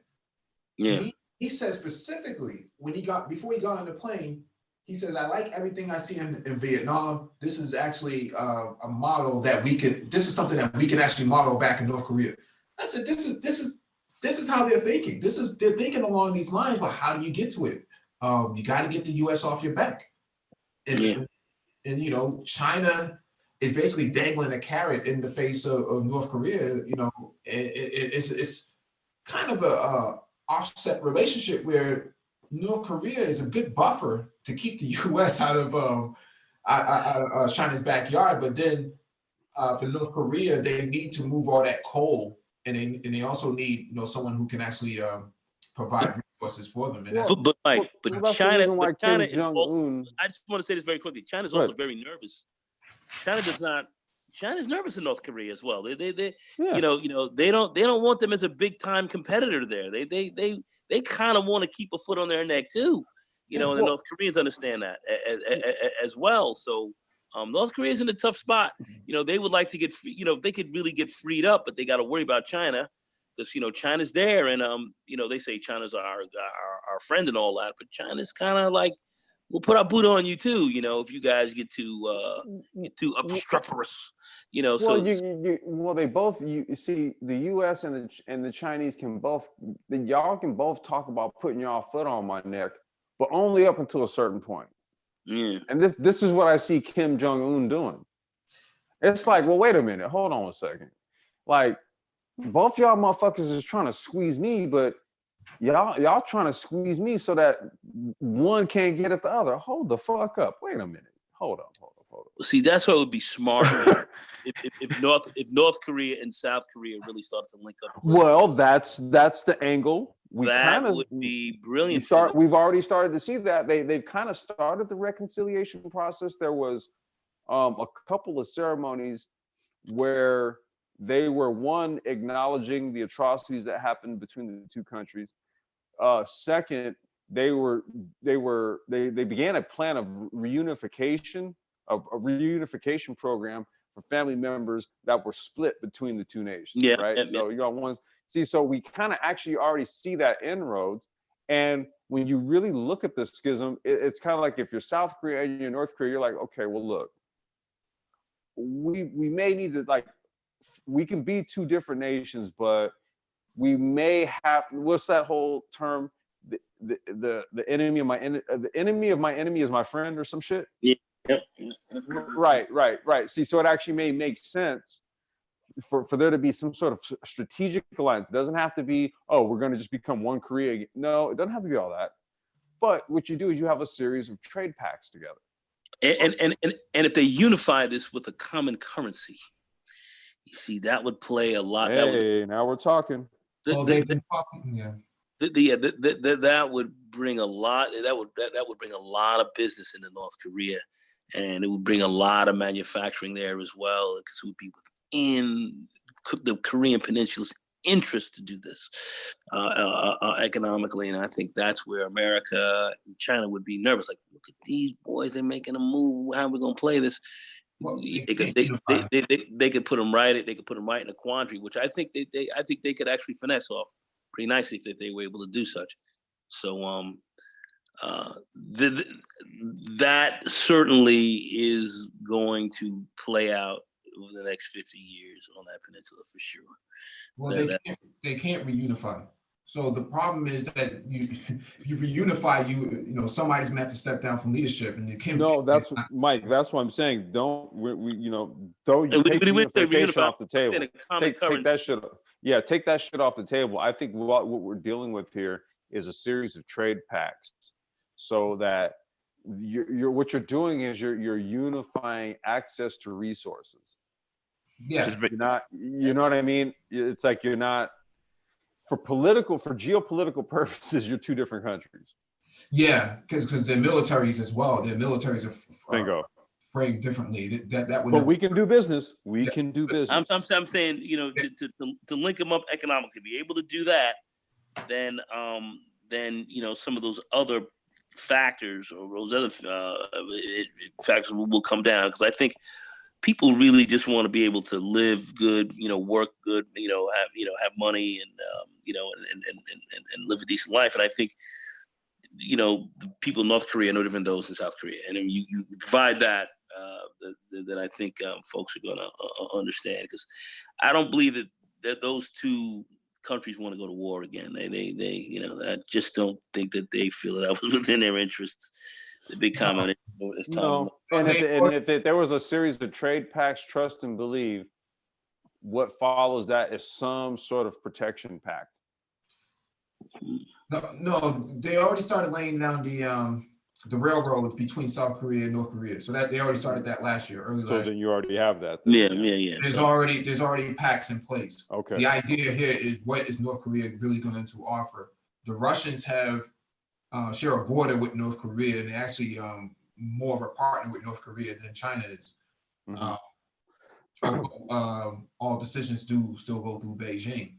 The problem is that North Korea really doesn't have much to offer, because they haven't really established anything yet. So what has been put on the table is that the Russians would push a gas pipeline from Russia, from southern Russia into North Korea, that would then funnel into South Korea, that will then go into Japan, which would provide a streamline of energy, and they would have to pay North Korea for the energy, because North Korea is like Ukraine in this aspect that they're more of a gas station than anything else, because the gas is being pumped through there. And so if they can make some money off of that, then that would actually open up the economy for them, because at some point they're going to stop having to ship coal. Maybe in about 10 to 15 years, they'll have to stop shipping coal. And if they want to meet, if China wants to take on, the lead of the Paris climate change agreement, they would have to stop using coal, because currently, as it stands right now, they still use coal. And I think a lot of African countries still use coal-fired plants as well. So like Kenya and whatnot. So they would have to actually establish that. And along that same line of pushing gas down there, they could actually push fiber, internet cable connectivity from Russia down into North Korea, and then connect it to South Korea. So now you have this long pipeline for information or for data that puts North Korea in the fourth industrialization. So there's a lot of opportunity that can come out of this. I'm surprised Trump hasn't leveraged that to his advantage. I mean, that's a very strategic advantage, but they didn't really talk about much. They were too busy having, Rocket Man suddenly became his bestie. So right. Well, I mean, isn't that, see, that's that bravado we were talking about earlier. See, that's where statescraft and diplomacy comes into play, right? Because your enemy tomorrow might end up being your best homie, or your enemy today may end up being your best homie tomorrow, from a geopolitical standpoint. So the Rocket Man comments and all the threats to North Korea and all that, and the next thing you know, you have your political advisors and stuff saying, "Hey, look, the way things are shaping up, we may need to make sure that we are on some sort of cordial dialogue with North Korea. So yeah, let's make a summit happen, and for ops' sake, let's try to project some images that bury that whole Rocket Man sentiment." Yeah, I mean, because somebody who's a in the military industrial complex is saying, hey, we got to keep our guys over there in South Korea, and we got to sell South Korea more arms. Well, guess what? South Korea is saying we can't afford to spend more money on arms that we can manufacture for ourselves. We really don't need to buy any more arms for the U.S. We can build our own arms. We have our own arms industry there. Until your deep state inside South Korea is saying, hey, industrialization, works best if we do it here rather than to keep buying from the U.S. and we don't really need a military here. So, and this doesn't really help for negotiations with North Korea. So let's get rid of all this type of stuff. So there's a lot of conflict between parties, that are not even in the presidential cabinet. Like I said, well, Mike, what undergirds all of this, man, are business interests. And see, that's kind of where I kind of frame my geopolitical viewpoints. It's from a business standpoint, because that's kind of what I'm doing. So I can understand why, militaries may move a certain way, because I look at what the companies of those countries import and export, what they produce, and where they need the resources from. That tells me a lot about what their geopolitical positions and maneuverings are all about. Tells me everything, actually. Like, I was trying to, me and my dad were talking, and he's, man, I love my pops to death, man. He's a Vietnam vet. And, he really does still kind of ascribe to a certain degree that, well, it's in America's best interest. And I keep trying to push to him, the reason why that is. Because there's corporate interest behind that. That's really the crux of it. So in all of these things here, we have to look at the driver behind it. Well, why does a country send its military off to go do something? Probably because there's some corporate interests that say, hey, you know what? There's a shit ton of uranium under the ground. We need that. There's a lot of oil under the ground. We need that. There's a lot of cobalt under the ground. We need that. Yeah.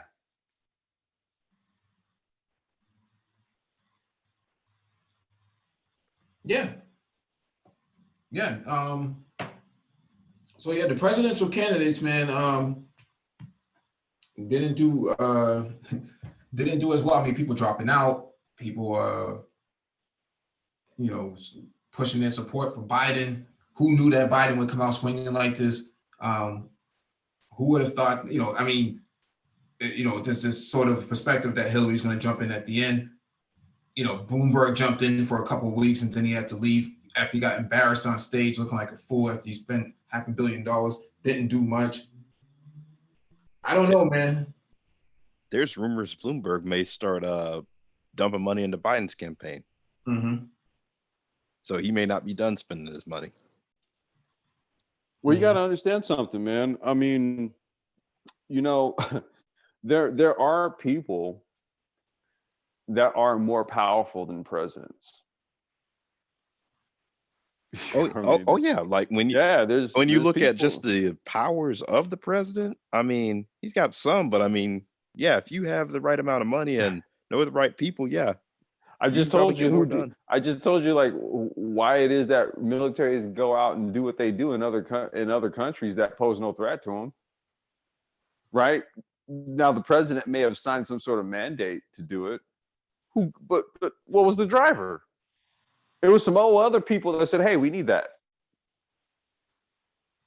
You know what I mean? So, I mean, look, Bloomberg has an entire financial services platform that has netted him over $500 billion. Yep, I use it almost every day. There you go. I'm a Bloomberg user. I will raise my hand and say that I use the Bloomberg platform. I've used it probably over 10 years.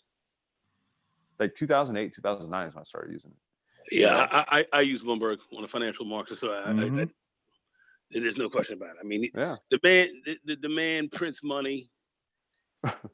He couldn't spend it all if he wanted. But thank you. That's what I mean. Is what the fuck is $500 million to throw at a goddamn campaign, either to get me elected or to get the guy that I need elected? It doesn't fucking matter to me. He will make the equivalent of that in the next quarter. But anyway, doesn't really matter either way. Yeah. That's just how that's going down. So I know he's trying to set himself up to be kind of a power broker, but I don't know if that's exactly. I don't know if that's going to really so much work for him. He's putting a lot of money out there, so he's just showing you I can throw a half a a half a Billy. I can throw a Billy bill out here and look and not even sweat and not even blink. So people are going to be coming to him in the general, to see how that's going to play. So he set himself up to be kind of a power broker, like a Sheldon Adelson on the Republican side of the fence. He's showing Trump up. I mean, he's literally the Democratic Sheldon Adelson. Yes, that's kind of what I'm doing. Because I remember when Trump was running, and he was like flying around on this private plane like it was nothing, campaigning from there. And it's like you got Bloomberg, who's got what 4, 5, 6 times the money of Trump. Yeah, no, I'm sorry, Sheldon Adelson. 4, 5, 6 times? No, he's got hundreds of times the money. Wait, yeah, I was gonna say, hey, what's Sheldon Adelson, right? Sheldon Adelson, yeah. Yeah, Adelson. There you go. Adelson. You got shit tons of money, more money than Trump. He's got a whole wait, Trump's worth about what, $5 billion? Man, you don't know what Bloomberg is worth 680 billion. Yeah. Really? I didn't realize that. I thought he was around like 40, 50. That's what. No, man. No, that's why 500 mil was nothing. That was pocket.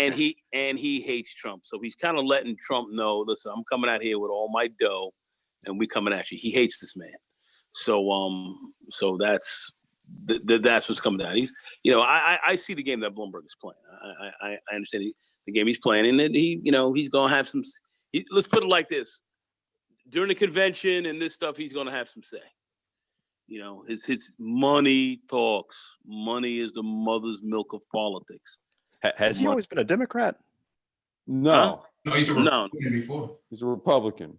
He's Republican, but you know how New York plays fast and loose. Yeah. Hey, wait. Shout out to Vic Trafford. He said Bloomberg slipped and said he bought Congress. Yeah. I mean, this is the game, fellas. These crass are as a motherfucker. These are the oligarchs out here. He was a Democrat when he ran New York, right? No, he was. Okay, he was okay.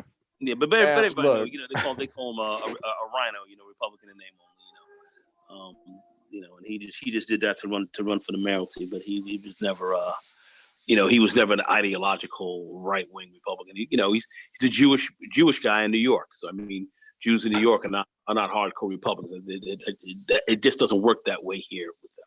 Doesn't work that way here. Yeah, the majority of Jews in this country vote Democrat. Yeah, they do, and that's just how that goes, and they vote their interests. So that's how that goes as well. Mhm. Ethnic politics supersedes party labels. My old man taught me that. That's how these guys roll. You gotta live by that. Now Bernie actually did when he started talking about Israel in the last debate, he didn't say he'd move the capital back from where Trump moved it, but he was like, they need a fair deal to Palestinians, which I was surprised because he is Jewish. But Bernie's not. He's a soft shoe Zionist. That's his issue. He's a soft shoe Zionist. So I would not put too much weight behind what he says. Because at the end of the day, what he won't do is he won't. Look, here's the thing. Netanyahu's got problems. Oh yeah, big time. Well, but with regards to they're very unpopular. You have a lot of Jews here in New York who are actually Jews or Palestinians. You have a lot of that stuff. They look at the moral side of the Likud party. It's gone way too far to the right, beyond what many Jews here are comfortable with. There's a huge schism in the Jewish community with respect to the Israeli leadership there and what they're doing, and secular Jews that here looking at what's going on. Some are horrified by what's happening, and this is problematic. They're even seeing further anti-Semitic stuff starting to happen here in this town over what's going on in Israel. Jews are very sensitive to this. They do not like what's going on, and Bernie and many others who are of this ilk are against Nettie, and he's a racist, he's a savage, and and he's running a fucked up game over there. And he's against it, and the people here who are not feeling it, and many Jews here have a huge problem with what's going on. Well, he's against it. That's quiet that they're not talking about. Anyway, go ahead, my man. I was just gonna say he's against it, right? However, I found this one interesting. Actually, I think it was T West Alpha Synergy. So he I think it was today actually. Might have been this morning or yesterday. He posted a video about how. So I guess there's been a renewed round of reparations for Israel, right? It was a very interesting video that he posted. It was maybe earlier this morning. Okay. I never heard Bernie come out against that, but he wasn't exactly warm to the idea of reparations for Black folks. So, I mean, you can kind of frame all of this. You can kind of take that as sort of like my context is in terms of how I see Bernie. Like he has an inclusive socialist platform. How inclusive it is, though, I'm gauging based on again this new form of Israeli reparations, I guess, that the U.S. is going to be paying to them, and his sort of kind of non-committal, sort of middle of the road, like, hey, I don't really have an opinion on that reparations position in terms of as it relates to Black folks. So that's kind of how I frame Bernie. And that's why Tulsi got my vote yesterday. Well, that wasn't the main reason why. Like I said, Tulsi is the only candidate who I've actually seen go to bat for Black men. So she got my vote. Yeah, the thing about Bernie, though, and Bloomberg and Cuomo and the rest of these momos up there is that they're very, very, very friendly with Netanyahu because Netanyahu is from Brooklyn. He's not from Israel. Mm-hmm. And so his ties, he has dual citizenship. In my opinion, you can hear his fucking Brooklyn accent. Well, yeah, but he should not have access politically to the White House and Israel and be a citizen here and be a citizen there too. Fuck that. Get him out of here. Yeah. I totally agree with that. Netanyahu, I ain't feeling him at all. And yeah, you're right, Mike. They should shut this ass down. But he, the family did come over here. He was here He was here. I think he went. I forget what high school. He went to high school right here in New York City, and he went to MIT. Mm-hmm. So. Oh wow, I did not know all that. So he spent a good chunk of time over in the U.S. Yeah. Mm-hmm. He's from the U.S. Well, I was gonna say dude. Like, listen, his people came over here when he was 7, and they even say when he gets upset and he starts to really start talking, he starts speaking in English. He doesn't speak in I was just about to say that, dude. Don't pay no attention to that Israeli accent. That's a fucking Brooklyn accent under that shit. Listen to him talk. He's he's a New Yorker, but he's a New Yorker, man. but at the end of the day, dude's fucked up.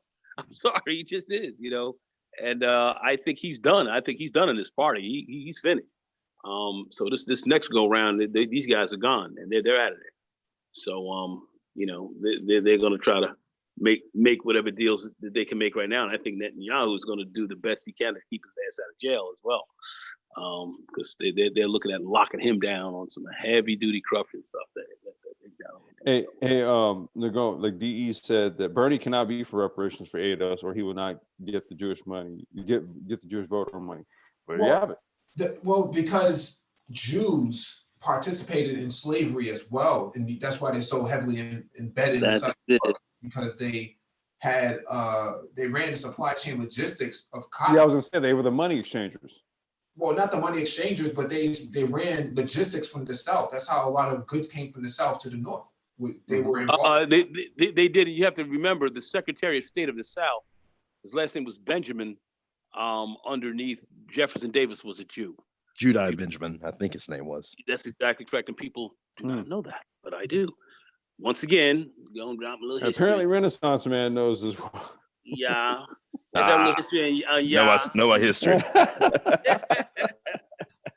No, I remember watching a doc and I was like, wow, because he was high up in the Confederate Army. Like, they kind of blamed him for the loss. They should have blamed for the loss, and then started getting on him for being a Jew, and then kind of ran him on out of there. But so that was a big issue. But remember, you had Jews on this side of the fence, you had Jews on the South as well. That's why I want to hear Jews. Well, we fought, for the blacks. I was like, what about Benjamin? So with that, we throw. Wow. Yeah, okay. Well, that constituency here's the thing, right? It's a bit of a mixed bag. That's the thing, right? It's a mixed bag. You mean?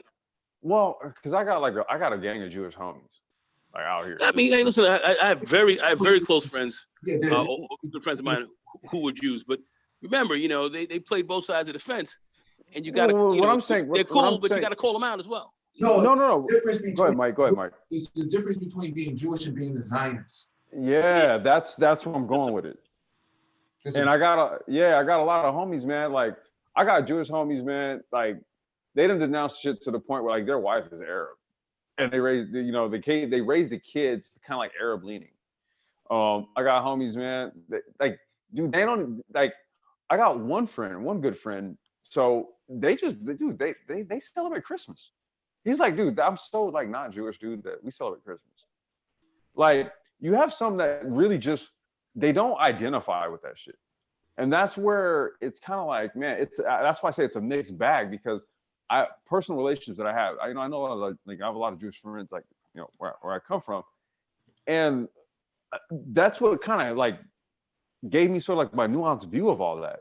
Because then I've also met like just straight up like people who are Israeli, dude, and they're an interesting bunch. And then you just have regular to do people, man. They're just like, dude, I'm a regular ass person, bro. I don't know about all that shit.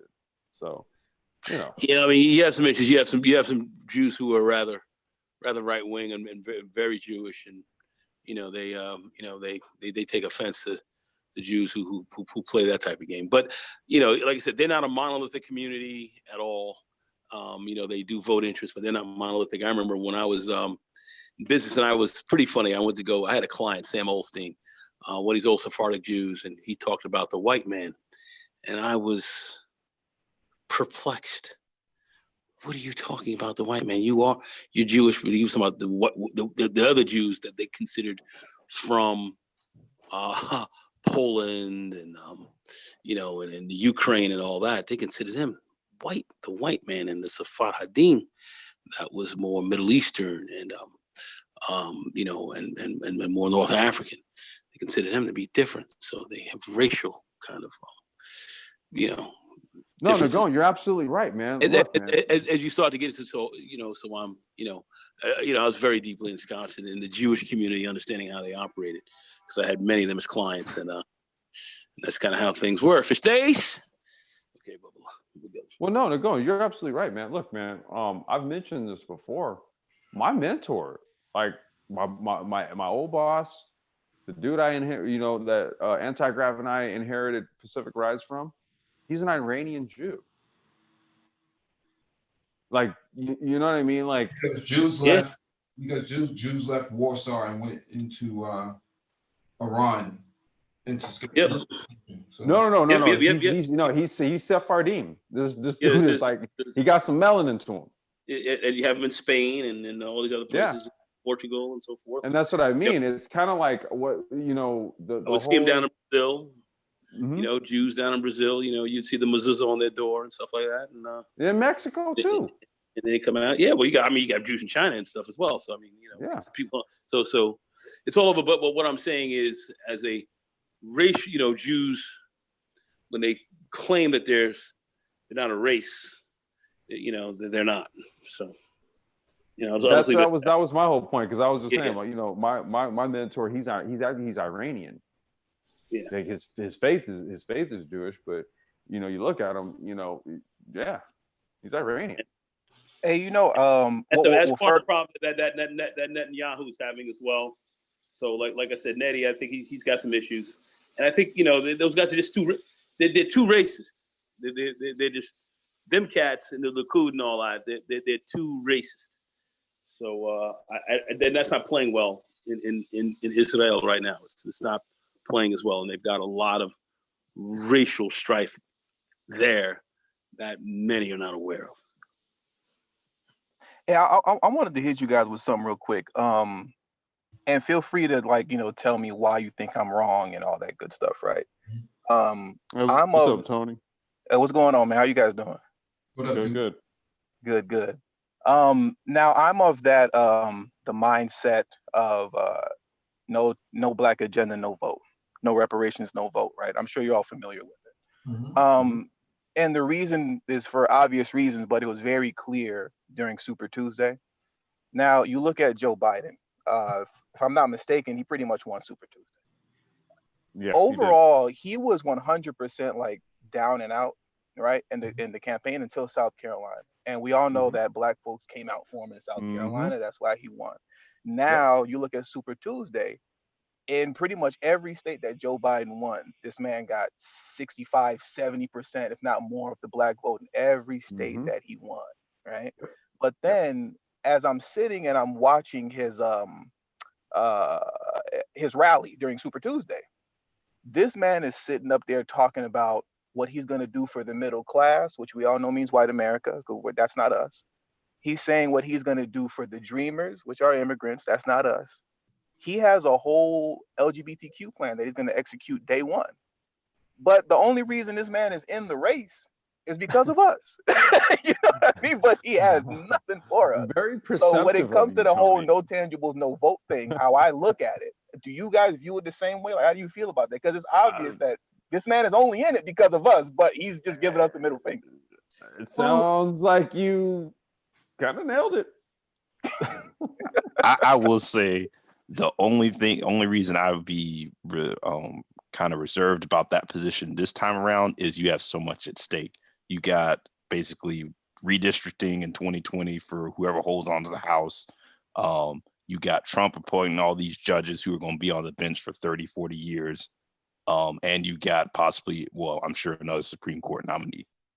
That's the only reason I would be against that this time. No, well, the thing is, black people, and more importantly, black men, they're not politically organized to come up with an agenda that suits their best interest, despite all the numbers from the Economic Policy Institute, all of the numbers that are readily available that show that Black males are reading at a 4th grade level or 2nd grade level, the lack of jobs in a lot of areas, lack of housing, criminal justice reform. There's about 10 or 12 issues that are just immediate issues that are on the table that Black men should have organized around, and we're too busy in the manosphere going back and forth about, Stovegate. Yeah, it's just things that are nonsensical, man. We're not really making any traction politically, man. Black women are. You bought her a stove? The Black women are talking, they're talking, the numbers are like 90% for the Democratic Party. The 5% that are not voting are just sitting on the sidelines, either due to ignorance or preference. And then the other 5% are actually going independent.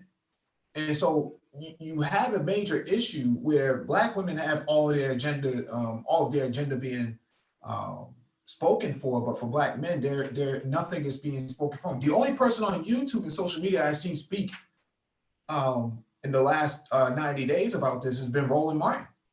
About what, Mike?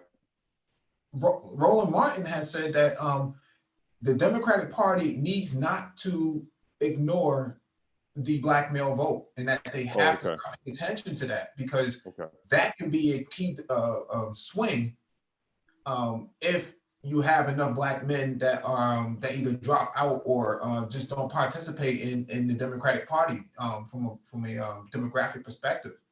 Mm-hmm. So because remember, Stacey Abrams lost the vote. They said that Black men didn't come out and support her. Same thing for Kamala Harris. They said, she put that shit out there, dude. Like in Georgia, right? Yeah, a lot of Black men. Not, well, I shouldn't say a lot, but there was a good percentage that voted for Kemp in Georgia versus Abrams, and like you said, some didn't participate. And they blamed brothers for that. Pretty much. I mean, yeah. I mean, like they say, whether we like it or not, at least politically, when they want to get things done, Democratic Party, they go to Black women, with regards to the Black community. Yeah, but with Black women, concerning them being, let's say, we'll just say they're more politically organized or whatever, I feel like they're not, only to the degree that when we're talking about Black women in politics, I feel like they tie their politics up in white feminism. You know what I mean? So it's like they're leveraging white feminism as political infrastructure. Black men don't really have anything to leverage because there's no infrastructure available for them. Right, and in that leveraging, there's not really anything that branches off of it that has legs. Right. All you really are is just sort of like a functionary component of a greater organism. Mm-hmm. Okay, that's why their influence really doesn't expand. It doesn't. You can't. It doesn't really expand anywhere. They're largely just functionaries. I mean, that's why I've always been of the viewpoint that if you happen to find, sisters that are in positions of power, if it's like, councilmen, whatever. Look, we as men, if we have an agenda, and within that agenda we have things broken down to the point where we have things like consortiums, think tanks, and political interests wings of a larger organism. Basically what you do is you get them on the take, man. You buy them. You do just like every goddamn other lobbyist group does. They're already there in the position to make some shit happen. Buy them and put them on the hook to make some shit happen. Because I am a huge fan of that. It's not necessarily proven that that's actually going to work for Black men. Mike, this is why I'm saying you do what every other lobbyist group does, dude. They buy positions, they buy politicians on both sides. See, so you're gonna make some shit happen one way or the other. What you're trying to do is you're trying to leverage them, because of the platform that they represent, because a lot of their base looks like you. However, you squeeze them by saying, hey, look, well, if you don't make it happen, your opponent will. It's up to you. Yeah, but Black men are not. I already know we're not there. I'm trying to interject this into the conversation to get the thought out there that, hey, you know, instead of complaining about what it is that, you know, they've done to put sisters up in positions that are, fuck that. Let's leverage it then. Let's use them. No, I disagree with this. This is a very this is a part of the flaw in our thinking, is that we think that they have our best interests and they don't. We have to cultivate our own politicians first and then put our guys in power. Mike, no disagreements there. Not rely on somebody else who really doesn't have our interests at all. The DNC has already come out against black men. Oh, no disagreements there. But see, here's the thing, right? See, I'm all for the public image side of it. See, so what a sister won't ever tell me is that I didn't try to work with her. Yeah, but that doesn't matter, because black women don't rely on the black male vote. They don't rely on it. I'm not asking her to rely on the vote. What I'm doing is that I'm not being one of her constituents. I'm somebody who represents an interest. And either you're down to make that happen for my benefit and yours, or not. Then if it won't be you, it'll be somebody else. I'm trying to play the game here just like every other special interest group and lobbyist does, and utilize them as a tool. That's all I'm talking about. Like, I could take or leave what their position is and what they're willing to do. I'm merely just saying it's on the table to utilize them just like every other special interest group does. You have to utilize them on a point of common interest. Now, that's where Mike comes in to say, well, they might look at their interests as kind of somewhat different than yours, of which many do, and that's a bit of a problem. Then fuck it. I'm your political adversary. Then I would say, from a common interest perspective, you know, if you can work it that way, then I would say. And if not, then I'll be funding your opponent. Just being politically correct here, from a common interest standpoint, that's something that we have to consider. So I would kind of roll with Mike's point. I mean, with Complex's point, but in reality, you know, Mike is absolutely right. They have, you know, a lot of times their interests might be somewhat perceived differently than ours, and I'm totally fine with that. What I'm saying is, man, it's like, look, the option's there, right? I'm all about the optics of it. It's not an option, though. That's what I'm trying to get you to understand. That's not an option. Well, Mike, it's not as if, look, man, if I go to a sister and say, if I want this, and if she ain't down for it, man, she ain't gonna accept it. But here's the thing, right? When I fund her fucking political adversary, here's what that bitch won't do. She's not gonna pull me to the carpet. I'm gonna say, hey, look, I actually reached out to you. That's what I'm saying. What I'm trying to do is I'm trying to give her, what do they call it? The right of first refusal. And I know she's gonna take it, but I'm saying for the optics. I'm talking about playing the game just like everybody else does. But we're not like everybody else. We're a very unique demographic of people. It would benefit us, bro, if we implement some of the proven, brother. That has never been proven. We're a very unique demographic that is purpose-based. We're meant to be in a subservient role. So in order for us to actually advance ourselves, we actually have to cultivate our own party and actually leverage it. It's not meant to get into office. It's meant to put pressure on everyone else. And I don't disagree with that, because I'm about cultivating. I'm really about cultivating, you know, our own leaders in that regard. I'm literally looking at what's there already, what's pre-existing, and looking at how lobby groups get things done in quick order. We're talking about forming our own common interest group.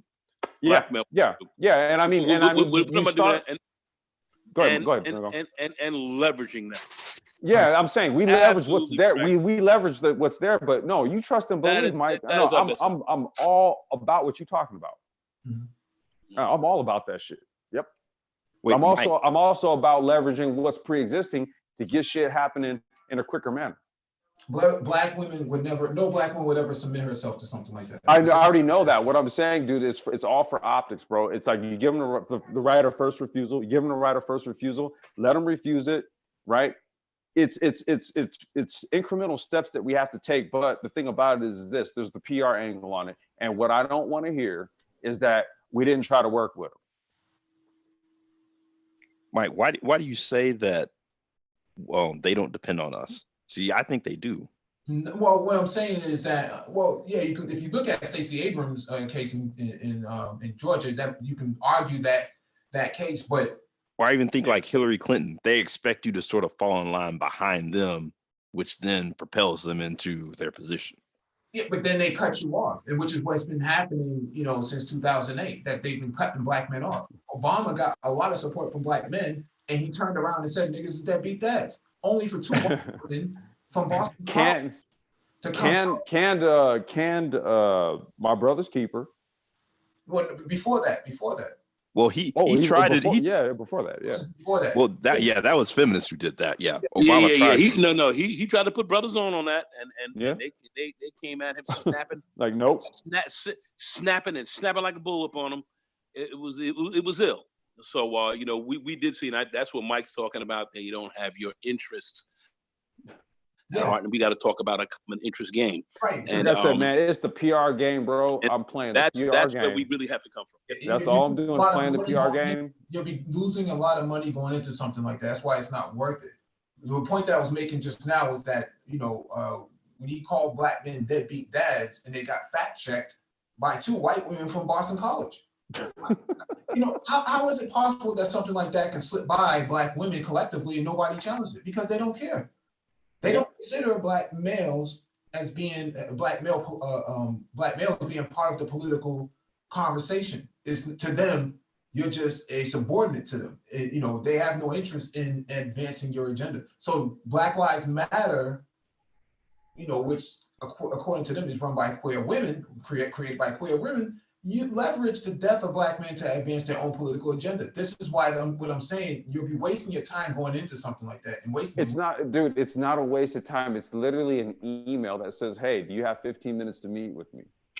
That's it. So if there's ever any question, if there's ever any question that comes up later on, it's like, look, the bitch never responded to an email. I don't want to hear it. And that's what I mean. It's that, dude. I'm not really trying to put it out there, Mike. Just understand. What I'm not trying to do is I'm not trying to make it a big thing like that. What I'm saying here is literally extending the courtesy, getting the rejection, and then holding the receipts. That's literally it. That's all I'm talking. I'm not trying to overblow this shit. Receipts are not going to mean anything to them. It's not about what it means to them. It really isn't, dude. I'm just taking this. Literally, it's just a political play. All I'm saying here is that you make the kind gesture. That's it. Don't take it any more than that. I'm more on your plan than you think. No, what I'm saying is cut black women out of the whole entire political conversation altogether. Mike's saying fuck it. Yeah, cut them out altogether. That's why I've been trying. I'm trying to play nice. No, there's no room to play nice. There's no. No, you good. No, I feel you. Laughing, but it's not a room to play nice. This is what me. No, dude, trust me. I play to win, bro. That's why I'm like, you ain't getting no argument from me. But if you just saying fuck it, cut them, then hey. No. This is power politics. Yeah, no, that's what I mean. Yeah. If you saying fuck it, then fuck it. This is what MOT and myself have been trying to drive into the conversation of SYSPM, is to completely cut them off from the conversation. Fuck it. That's what it is then. Shit. And so what we're saying is that there has to be a black male party that is formed out of all of this. Now you've had, brothers on, Trump bringing, what's this bald head brother on YouTube? This football head shine. Well, you talking about ABL? Yeah, that guy, right? he brought those guys, Brandon Tatum, all those guys to the White House, and they did nothing, right? They just sat down and ate, tea and crumpets or whatever it was. I'm saying we have to create a really, really strong agenda with the facts on the ground and actually get media airtime. That means RT, Press TV, all of these alternative media outlets, and actually work like the Green Party. See, the Green Party made a lot of noise, even though they only got 1%. I think like close to 1%. But Jill Stein was getting FaceTime, dude. Yeah, because she's noisy, right? She knows how to make noise politically. We have to work in the same fashion, but we're not actually doing that. Black men are still a very strong demographic, politically speaking, but we're not organized because, like what you see in the manosphere, is that there's, disunity between different groups where people, you have a lot of what we call magos, right? Over there, supporting, women's interests first, and then you have the brothers who have the brothers' interests first, but the brothers who do have brothers' interests first and are being drowned out by the guys. They're being dragged through the mud for daring to suggest that you should be pro you. Right, and so we have to start looking at this from a grassroots perspective by having town halls in strategic locations. We have to look at all the data that's on the table. Places that have excess populations of 80 to 100,000 Black people, right, in these cities, urban cities. New York, we could throw Boston in there, we could throw Baltimore in there. Baltimore is like 75% Black. We can throw St. Louis, we could throw in Atlanta, we can throw in Raleigh. All of these key strategic areas where you can conjure up some support that way without actually relying on, the Black woman vote. You don't have to actually, or the Black women's representation for interest politically. You don't have to do that. Black men are a strategic group in terms of the political sphere of influence. We can actually put a lot of pressure on initiatives that are concrete, recorded. Well, Mike, but this is what I mean, dude. That's kind of the angle that I'm taking. I'm not talking about the Black woman vote. I'm talking about the ones that are in a position to sign a fucking bill over. I'm talking about them. I'm not talking about the goddamn Black woman vote. I'm talking about the chick that I say, hey, I need 15 minutes of your time. I donated $3,500 to your goddamn campaign. I'm trying to call in that favor. If that is even where we go with it, I'm talking about using them just like lobbyists do. So that's all I was talking about. I wasn't talking about the goddamn Black female vote. I was saying approaching the political process much like a lobby group, where you use politicians to get what you want. Mm-hmm. That is what I'm talking about. Fuck the Black female vote. I'm not talking about the voters. I'm talking about the bitches that are in a position to make something happen. Yeah, but I'm not talking about the vote. I'm talking about the actual puppets. Right. The puppets that are I mean, okay, you could throw Maxine Waters in there. But, Maxine Waters is she's an old bird. She ain't gonna do nothing. Well, she's done a few things here and there, but she hasn't really done anything for the collective. She does things individually on a case-by-case basis. Right. I'm saying you're never going to get, the Congressional Black Caucus or any of the members within it to actually act on these issues because. Nah, fuck that, dude. I'm literally talking about shit like local politician pushes for some sort of tax measure, right? Because you trying to open up like a facility or some shit, and you trying to get some tax breaks, a tax break or two. Just like every other fucking company does it. We use them for the same goddamn thing. I'm not coming over there talking about, hey, you need to talk to the police chief. Nah, bitch. I need you to make some tax maneuvers happen. We're trying to get a refurb shop going up here, and we've got shipments of electronic devices coming through. I need you to make some shit happen. That's what I'm talking about. I ain't talking about nothing else but using them. And if they don't fucking do it, then we use their goddamn political opponent or somebody else to do it, just like every other group does it to progress their agenda. I'm not here to play games, dude. I'm trying to, like I said, okay, maybe I'm the good cop in the good cop, bad cop scenario here. But hey, I look at how politicians do it. They say, hey, you know what? Hey, make the gesture, make the kind gesture. So they can't ever say that again. No, we're too much of a political piñata for them. We're way too much of that. Well, okay, and that kind of speaks to what you're talking about with regards to the lack of organization and all that, because you would be absolutely right. No. Go ahead. No, I was just going to say Hillary Clinton took money from the Arabs in her Clinton Foundation to run up against Trump. Didn't work out too well. Right. She lost. They want their money back. Mm-hmm.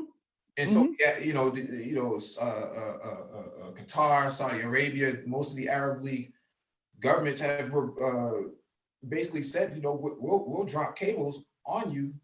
Yep. For what for you, not not getting into office or for not acting on our interests. Hey, that's how I'm talking about playing the game.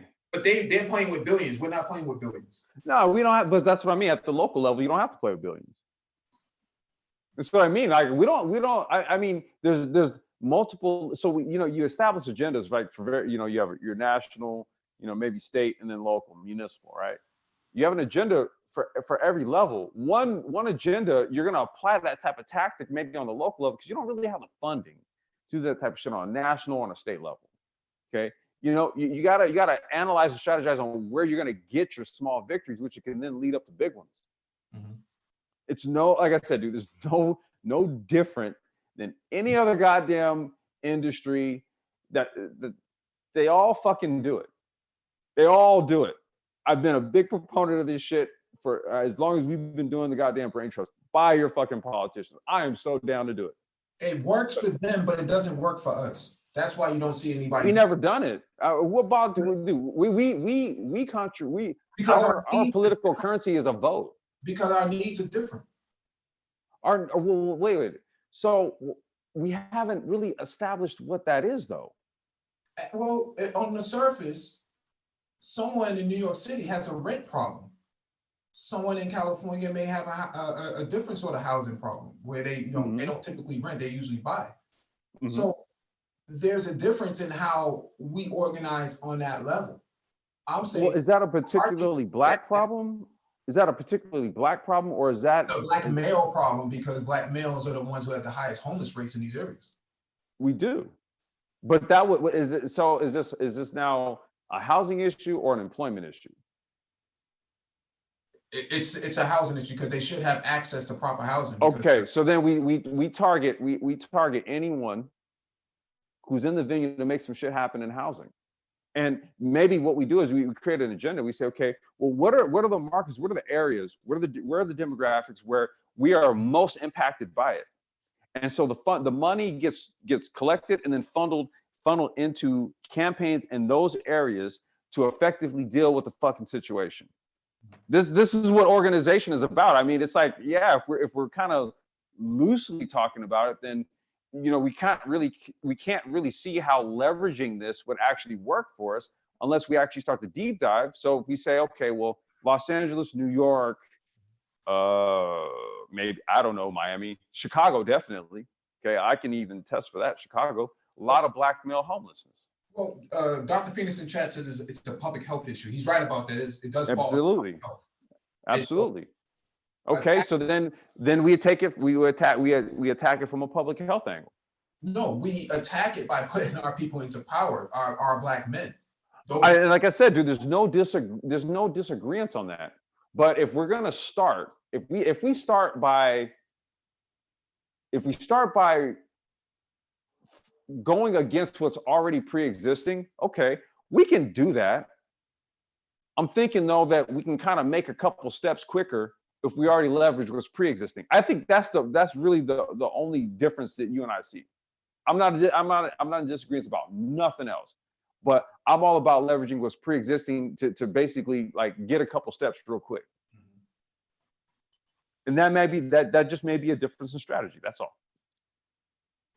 Yeah. Because as someone who's been working diligently with city council to get a lot of things done every month, it's not as easy as what you're thinking.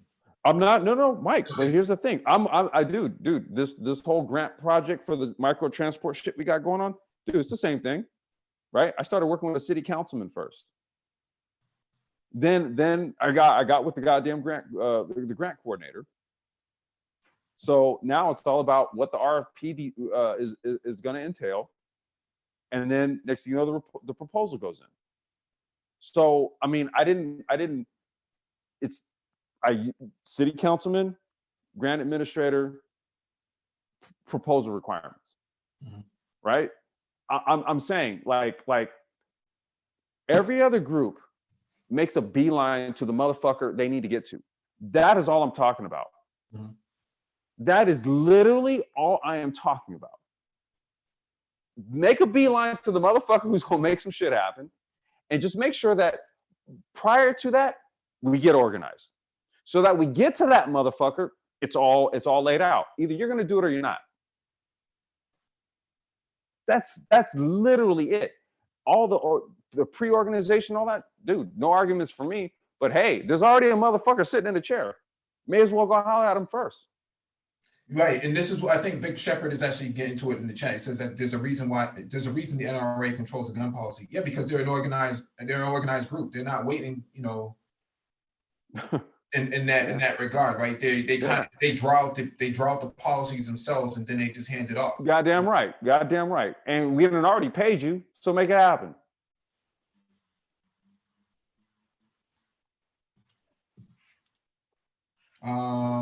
Let me see who else is trying to get in here. Who is that? Let's look up. Okay.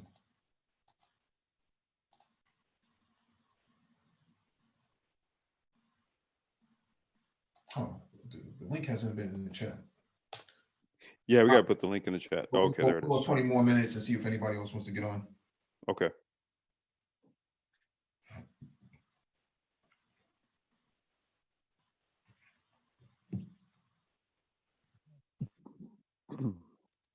I would say the closest thing that we have to political organization would be the NOI. Yeah, I would agree with that. The NOI has actually put people into positions of political positions. Oh, they've changed their policy on not voting or not participating in politics. Yeah, they had to. Okay. No, but what I'm saying is they're able to collectivize Black men on one accord. Right.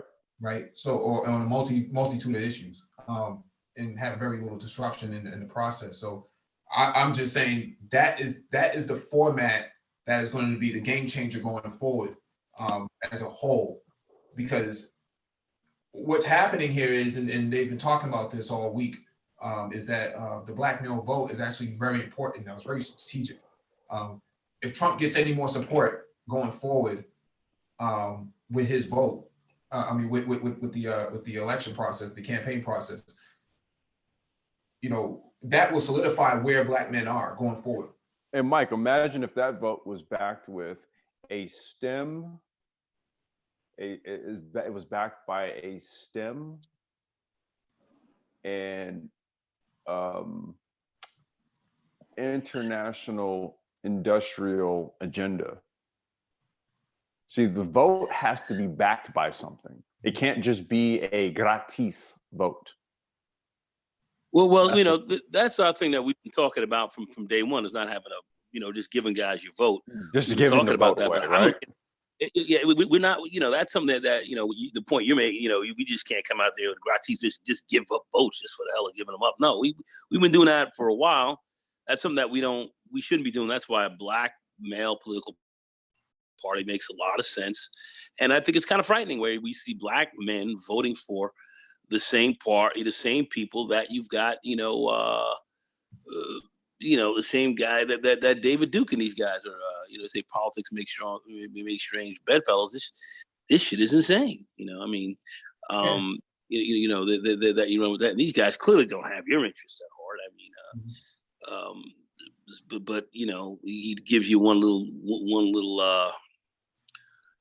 a couple of little tokens there, like, okay, we're gonna cut your jail time down. That's it. Which frees up a lot of white boys as well. But yeah, he gives you that now. These black boys are out here talking about, yeah, let's get out here and vote for Trump, and all this. And, this is strength. Small potatoes, man. Small potatoes. Yeah, it's strange, but somehow people think they've benefited. I myself being in business, there's some tax benefits for sure, that he's that he's giving you on your on your taxes. You get some good breaks, and even leasing a car now, cars are operating almost just like if you lease a car, it's almost like buying it. So you can write all that off and stuff. And I've got a lot of nice write-offs. There are a lot of things you can do, and certain kind of business deductions, stuff that you can take. So he's made it more amenable for people who are in business, if you will. But That's just, that's money. It can give you some benefits here or there, but on the flip side, what the negative side looks like, stacking the courts, doing certain kind of things that are really going to play against our interests. I don't think those little giveaways are good enough. So what do we ask for, and how do and what are we going to get for it? Like you just said, Complex. We can't be in here with our vote gratis or giving up just a little bit. Springing you out of the who's guy or whatever. Early, which okay, fair enough. But if you got things still going against you, you're gonna find yourself back up in there again. So look, man. With all due respect to the brothers who done caught undue bids, right? With all due respect to them brothers, I ain't talking about them. Bottom line is this. No. That's not a part of look, you know what I'm saying? I'm about business for us so that we can cake up, right? So policies that we can leverage so that we can get out here and make business and get bread up. That's really what I'm about. And like with every other goddamn industry, they buy their goddamn politicians. That's just so I mean I'm not relegating it simply to just that. That's what I'm saying. If you do that, you have to have an agenda for that. So it needs to be STEM based. There has to be a social. We talk about social equity all the time. The homelessness, and I think Dr. Phoenix, did you just join us, bro? Yeah. Okay, yeah. So there's the. Hey, what's going on, man? What's up, man? What's up? Yeah, there's the I had a few minutes tonight, and you guys were talking about something really important that, I just had to add in my 2 cents, because I think the problem here, and no offense to the couple of brothers that spoke about it on the panel earlier, but this whole idea where there's this movement now, no tangibles, no black agenda, no vote, that's DOA for black men. Mm-hmm. Because what happens is that it masks the true problem, the true issues that black men face in the 21st century.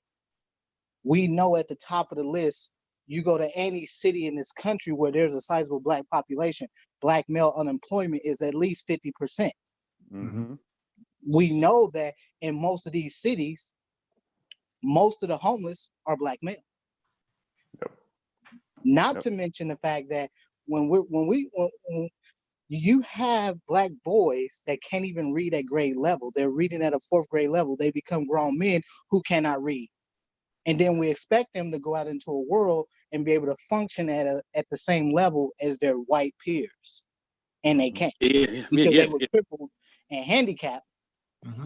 And so I agree with both what Mike and Complex was saying. I absolutely agree, because Complex's approach is essentially what Dr. Claude Anderson has spoken about. And I agree with that 100%. And Mike's approach is that, it's a total power play. We need to cut black females out of this equation altogether. Yeah, that's why he got no disagreements from me on that one. Because it's the interest. What we're talking about is interest, and that's all I said. Common interest. Our interests are not being met, and their interests are not the same in many respects. They are not, and our interests are completely not aligned. If anything, the past month should have shown black men, if you got black women can publicly castrate black men, criticize black men on national TV, and nothing happens. Mm-hmm.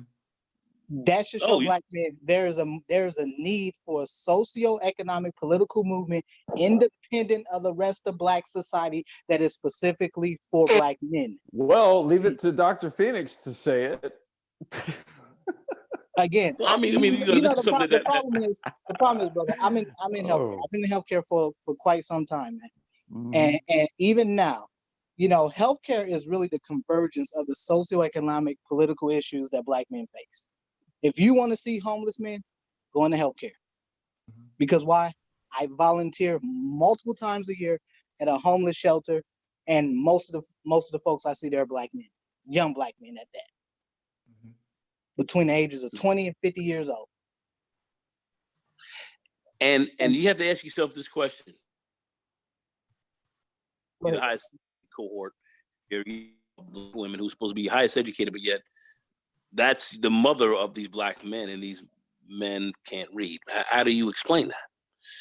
How do you explain Junior not reading at grade level, but Mama's supposed to be the best educated woman out here? There's a disconnect there. How is that? These are very, I mean, other brothers have asked this question. You've heard Curry and all, Dr. Tommy Curry, Tia Son, all these guys have sat down and broken this piece down. But these are very real issues, and this is stuff I want you to bring up or talk about. I'll give you an example, man. Last week, I had to check a fourth-year med student. As everybody know, I'm a med student. But I just had to check a fourth-year black female med student because I was at a meeting last week, and we were discussing one of the points on the agenda was discussing the lack of black physicians and how to create more physicians. And what we were specifically discussing was how many of the black students are kneecapped in college.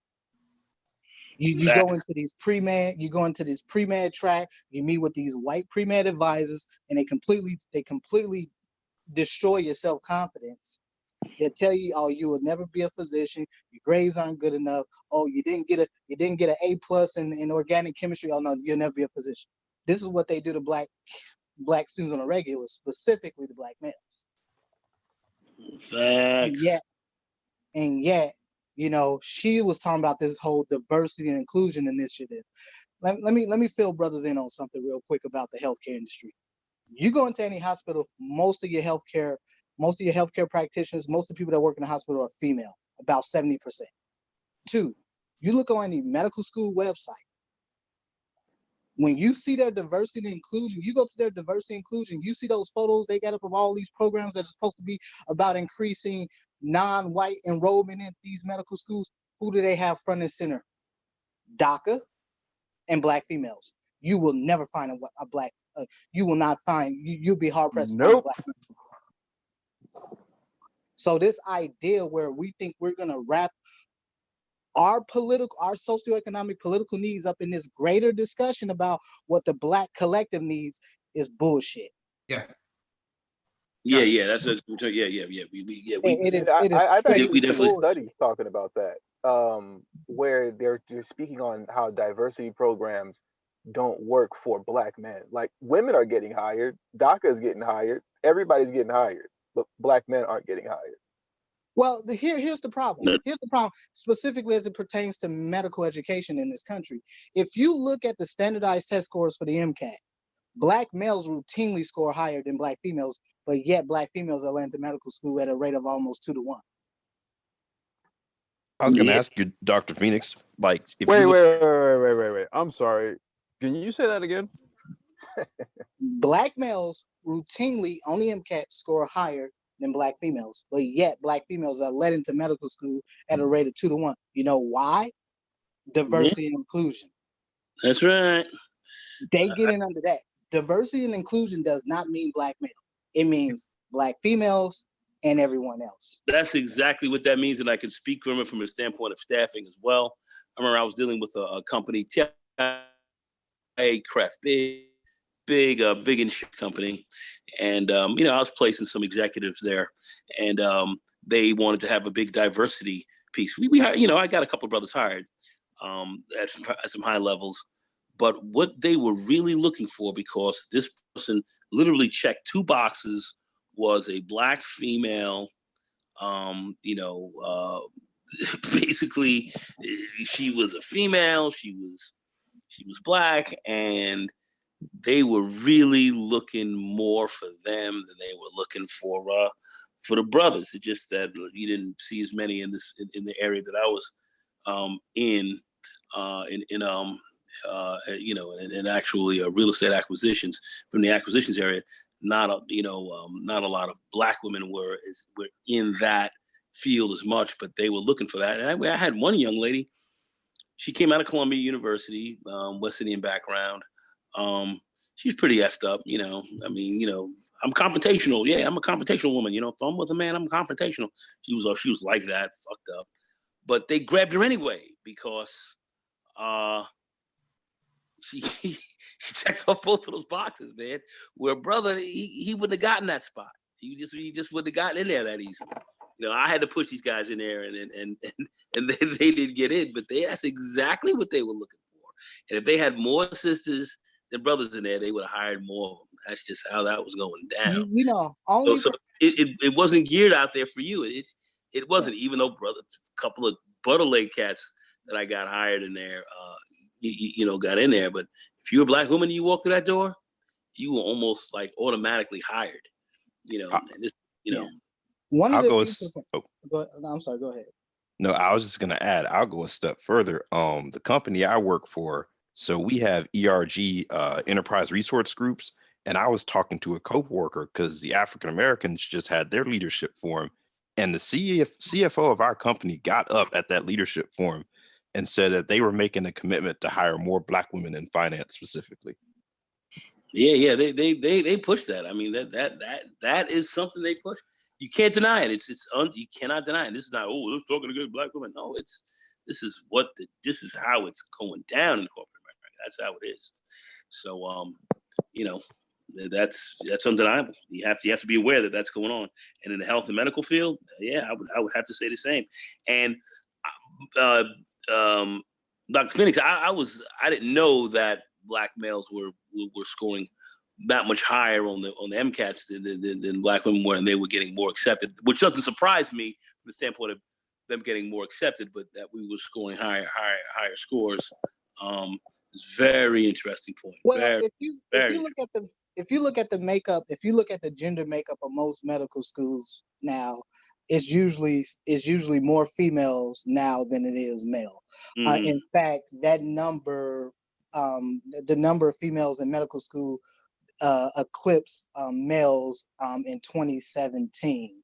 So in current day and age, you usually see anywhere between a 51 to 55% female to male split in medical school. Now, if you subdivide that group and you look at Black male versus Black female, you'll see almost a 2-to-1 rate for Black female versus Black male. So roughly, you have about there's roughly about 1 million or so licensed practicing physicians in this country.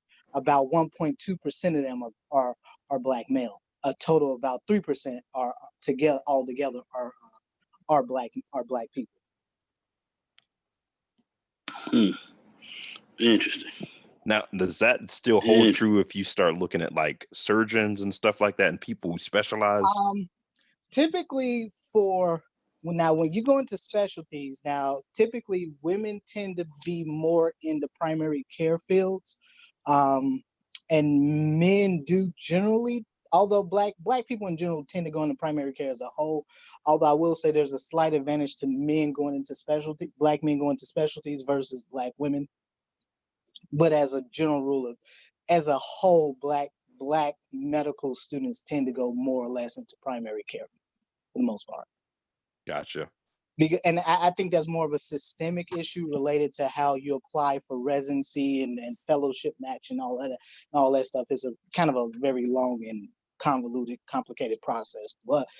But the major problem here is to what Mike was saying, which is that you have this convergence of social, economic, and political issues that are specifically affecting Black men in very unique ways. And the need for Black men to have a movement that reflects the socioeconomic political realities that we're facing in the 21st century. I mean, there is no discussion, there is no debate about this. It needs to happen. The problem is whether or not Black men are going to have the balls to get it done. Well, and based on some of the conversations I'm not really tuned into YouTube like that, but some of the conversations I've heard over the last few weeks, I don't know, brother. I really don't know. No, it's a bunch of sucker lay dudes out here. They ain't serious about shit. Yo, high sucker lades, and they're sitting back here laying. I mean, some sucker lades, some high-end sucker lades, highly sucker lade dudes running around talking about even leaving a lot of these folks literally off the hook, and get out here and let's try to do this. When you've got these people literally working against you inside of your own groups. Well, you can't I'm be just sleeping with the damn enemy and then think you're going to make progress. The problem here is that black males as a collective have been afraid to speak in their own self-interest if it did not involve getting some damn ass. Let alone look at let alone the buy man. a damn Look at the manosphere. politician in their interests. Yeah, I mean, you know what was so sad? You had black men running around supporting Kamala Harris, and this woman literally, you even had the damn New York Times putting out articles talking about how she's keeping black men locked up just so they can go do prison labor. I mean, real shit. No. Real I've talk. heard, That's why I've heard, Tulsi got my. That's why she got my vote. I've heard some groups of brothers come out, and that was one of the big knocks on her when she first jumped out there was, there was some group, I'm forgetting, it was out there in California. It was a group of black men that were banging on the head of this woman saying, no, she's putting black men in jail.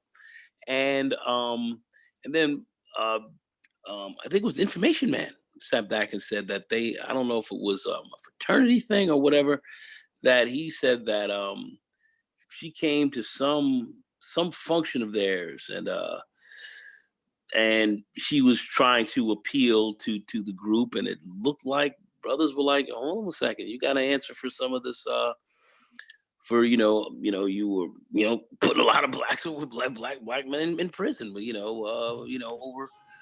over not super serious stuff. So what's up with that? And she didn't really respond well, and I forget what event he was speaking about, but anyway, brothers were aware of that, and I think that's what hurt her to a large extent. I think a lot of no doubt the lack of support she didn't get from black men certainly hurt her. Yeah, that was massive. Brothers were not touching her, man.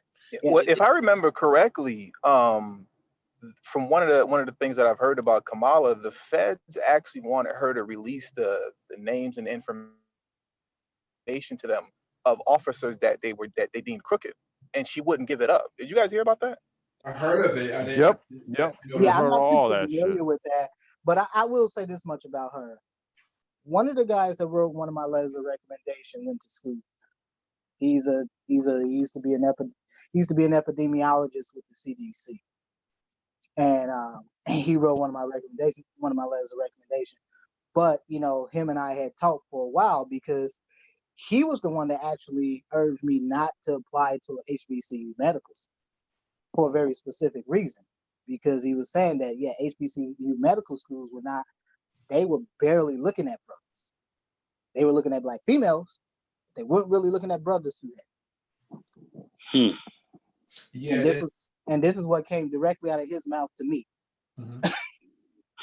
So I mean, the problem here that we face as black men is that we're in the century. We're in the 21st century. We're going into the third decade here, and yet the idea of black men having some form of agency, having some form of socioeconomic, political independence of black society as a whole, becomes this blasphemous argument. The nerve. Yeah. The nerve of you niggas. And exactly. And hence you see SYSBM and all this being attacked underneath of some of the same guises, and some of your biggest hyenas are black men as well. So I absolutely agree. Which is rather interesting. So you need to be taking a look at that, So well, again, I just think that my experience being in healthcare, I see this pretty regularly, man. I go to a number of veteran events every year, and I can't stress enough, man, the number of black men that are homeless veterans showing up to these events. Yes. I mean, yeah, I can't. The problems that we face in the 21st century as black men are very unique compared to the black collective. And part of the reason that we face the issues that we face is one part that, we're dealing with we're dealing with a system, a white supremacist system, no doubt about that. But we're also dealing with a white supremacist system that has been aided and abetted by the very women that we're supposed to be our counterparts in. And the events of the last few weeks have shown that you got Gayle King implying that Kobe Bryant was a rapist. And then when she got drugged through the mud by Snoop Dogg, a couple weeks later, you got Will Smith's wife, Jada Pinkett Smith, on her show, doing some Terrell. I don't know if brothers remember this years ago. Terrell Owens was on Dr. Phil's show. Yeah. And he had a number, and Dr. Phil had brought on a number of this guy's baby mamas or whatever you want to call them. And they were literally going ham on this dude on national TV on this show. This dude started crying. They were calling him deadbeat dead, everything. And then you flash forward to 2020, and what do we see? We see Snoop Dogg getting castigated and castrated for the world to see, and then held out like an emasculated dog. Susan Rice saying, and did a perp walk. I'm a posse up on you. And meanwhile, she's a black woman saying, I'm a posse up on you. And she married to Zaddy, bruh. Her husband a white man, and ain't nobody said nothing about that. Buy them. Buy them. Buy your politicians. Her husband is Zaddy. And she said, I'm a Voltron up on your ass, negro. And you better not have my girl's name in your mouth. You feel me? And because you're gonna see the real power. And Zaddy is her daddy. And I sat back and said, you cannot make this shit up. Complex said to buy them, but what exactly would you be buying? No, like when I'm being facetious. When I say buy them, again, I'm just kind of reiterating the point here that sisters in positions of political influence are to be utilized just like every other interest group does. That's literally what I mean. I was being facetious when I said that because he was talking about Snoop. So that was just me being facetious. Well, the problem is that the reason why this Snoop incident is so important because it demonstrates that black men have no true agency, have no true socio-political power in this country. And I know a lot of it is based around the fact because I agree with something that I heard the brother Kevin Samuels say last week or so regarding this was about, black men not putting their money and their support behind Snoop Dogg, which I do agree should have happened, but I don't think Snoop Dogg was probably the best candidate for that, however. But the problem is that the fact that these women can publicly, nationally threaten a black man on Twitter, drag him through the mud on Facebook, and no one says nothing. There's no consequence for that. No, now, Dr. Phoenix, I do have to say this, right? Hold on one second. I do have to say this.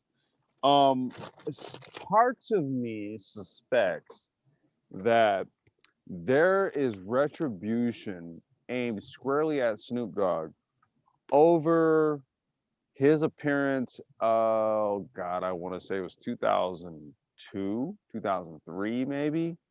I want to say it was the BET Awards. Dude, he literally showed up with two sisters on a fucking dog leash, and he had them on leashes. I remember that. Yeah, part of me is like, yo, this is get back for that. So I just got to put that out there. Yeah. You told they couldn't get off. I think I certainly think that's true to an extent. But what I really think this is about is the fact that black men can be publicly checked and there's no consequence. That's exactly correct. And you could be threatened. You better stand down because we gonna get up on you and get you. And what kills me one more again is here is Susan Rice, who was national security advisor or whatever for NSA. Here she is, for the Obama administration, where she can definitely call on some of her crew and create, she can create some problems. The husband's a white man, and I don't see anybody got no smoke for her on that. Well, the thing is that they can get you, and the reason they can, I'll bring this point up real quick. Right? Can they get you? Hell yeah, they can get you. She can call on people. Hell yeah, they can get you. Yeah, they can get you. I spoke about this on my channel not too long after the Snoop Dogg situation, where I was reintroducing to people the whole Nate Parker situation. He tried to drop the movie The Birth of the Nation. When they you said what? Jamila Lemieux was the head behind all that campaign. And Gabrielle Union put the nail in the coffin. Yeah, and they like to the point of like just bowing down, right? Nate Parker, when he was going on his promo tour, what they wanted him to do, they kept trying to get him to apologize or at least show some sort of remorse for a rape that he didn't commit. And in every interview, he refused, but like staunchly refused. Like he was telling them, I'm not apologizing for something I didn't do. I was falsely accused. And you see where that led him. They got him right up out of here. Once his press run was over and his apology tour came to an end because he wouldn't apologize, his movie came out, it went away, and they got him up out of Hollywood quickly. So if you don't bow down, you finish. Well, here's the problem. I wholesale agree. You shouldn't be apologizing for nothing. He should not have apologized for nothing. And truth be told, I think black men need to practice a policy of not apologizing for nothing. Yeah, I totally agree with that, and that's how I am. I'm very non-apologetic. You don't apologize for and I'm not saying he should have apologized, but I just wanted to highlight the fact that when we're talking about getting these dudes up out of here, or them getting these dudes up out of here, he was probably, in my lifetime, Nate Parker was the most perfect example that I've seen of that. A man that was standing on his square saying, I'm not going to apologize. And they said, all right, Nick, peace. I agree with that. I agree with that. And, and part of the problem was, Tavis Smiley too. Oh, yeah. He didn't apologize. Yeah, he's not apologizing. Got burned. Yeah, no, and I agree with that. And I also think the reason too Nate Parker caught a lot of heat was the fact that he had a non-black wife. That's really what it was. Repeat that one more again. One more again. He had a non-black wife, and I will admit she was a very good-looking one. And folks was tight, and they came at him for that, and he took a lot of heat. Mike Coulter, the same guy who played Luke brother. Cage, he sat back and said, look, hey, listen, I when y'all wasn't checking for me back when times was kind of rough, homegirl was with me, and that's why I'm with her now. When folks like, what, That's what Derek Luke said. He slept in the car. Yeah. Absolutely. So I'm just saying, folks came at him. We neither here nor there. I don't care who his wife is, but that's what he had to say. So and then folks came at him. But what I find most, I will repeat this one more again. What I find most interesting is this Susan Rice with this national juice that could turn some big cannons on you, coming after a Negro saying you better back down, and her husband is a zaddy. And none of these sisters who talk about black this, black power, this, black this, black this, irony. They ain't saying nothing. They ain't saying nothing. They ain't got no smoke for her, but they got smoke for plenty of others. Now, I don't know how those on that side of the fence can justify that. Looking at what we're talking about right now, I find that very interesting. And anytime I hear anybody talk about it, I'm gonna bring that up and bop them right over the head with it and see what they have to say. And they'll be doing a Ralph Cramden, and they'll come up with some bullshit to try to explain. You know what I'm saying? That dumb old shit. They're gonna come up with that dumb old shit to try to explain it. But there it is. Yeah, there it is. There it is. Go ahead. Dance. No, I was just dance, gonna say dance. But anyway, go ahead.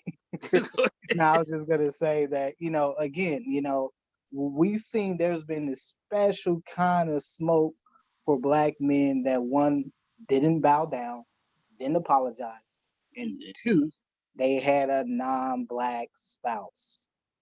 Okay.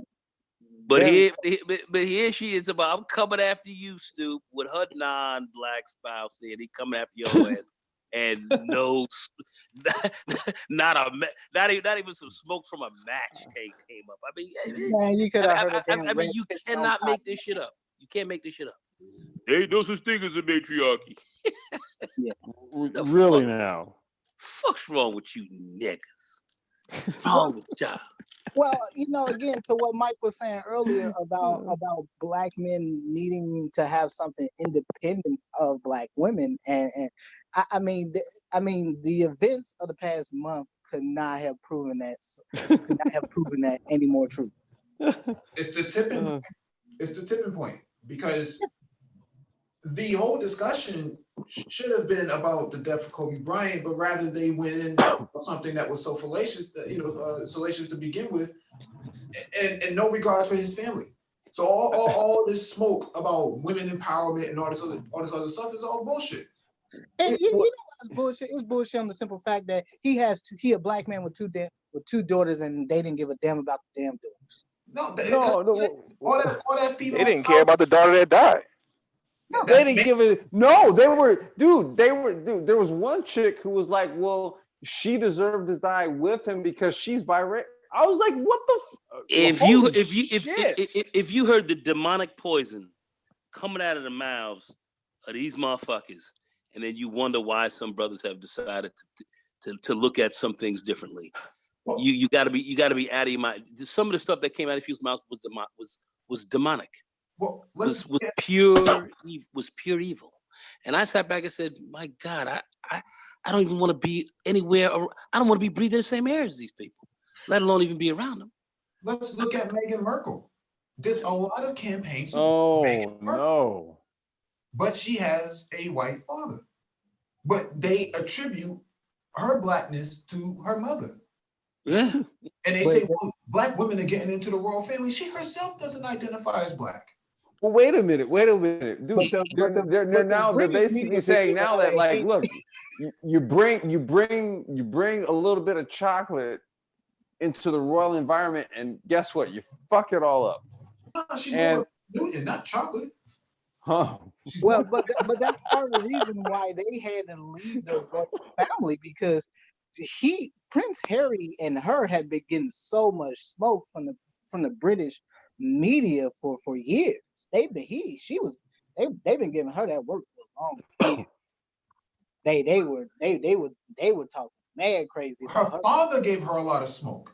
Yeah. Her father. Yeah, he did. Daddy, he did. White daddy. Daddy. You know that daddy who was cut the fuck out.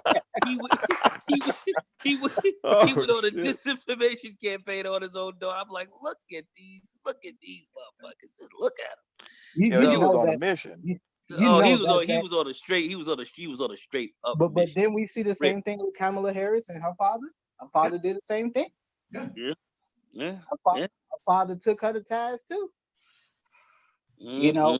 Again, this it's been very clear. There's been an agency for black women, but there's been no agency for the black collective, and specifically black men. Exactly. If you start talking about agency of black men, I don't care what it is. Mm-hmm. Political independence. Just develop just your own individual development and talk about SYSBM, literally. Save yourself. Don't get caught up in this. Don't get caught up in anything crazy. That's, oh my gosh, that's a curse word. And all it's unbelievable. But when you sit back and you chronicle it and you look at what's really going down, it's kind of frightening. And the fact that I'm once again talk about Susan, here she is talking about coming after her brother, all kind of smoke, and she's running with Zaddy, and no one has anything. Well, not just that. You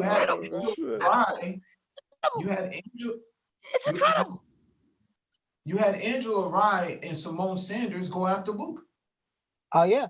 And the funny thing about Angela Rye, I don't know if brothers saw this interview she gave maybe about 5-6 months ago. She gave an interview as to why her and Common broke up.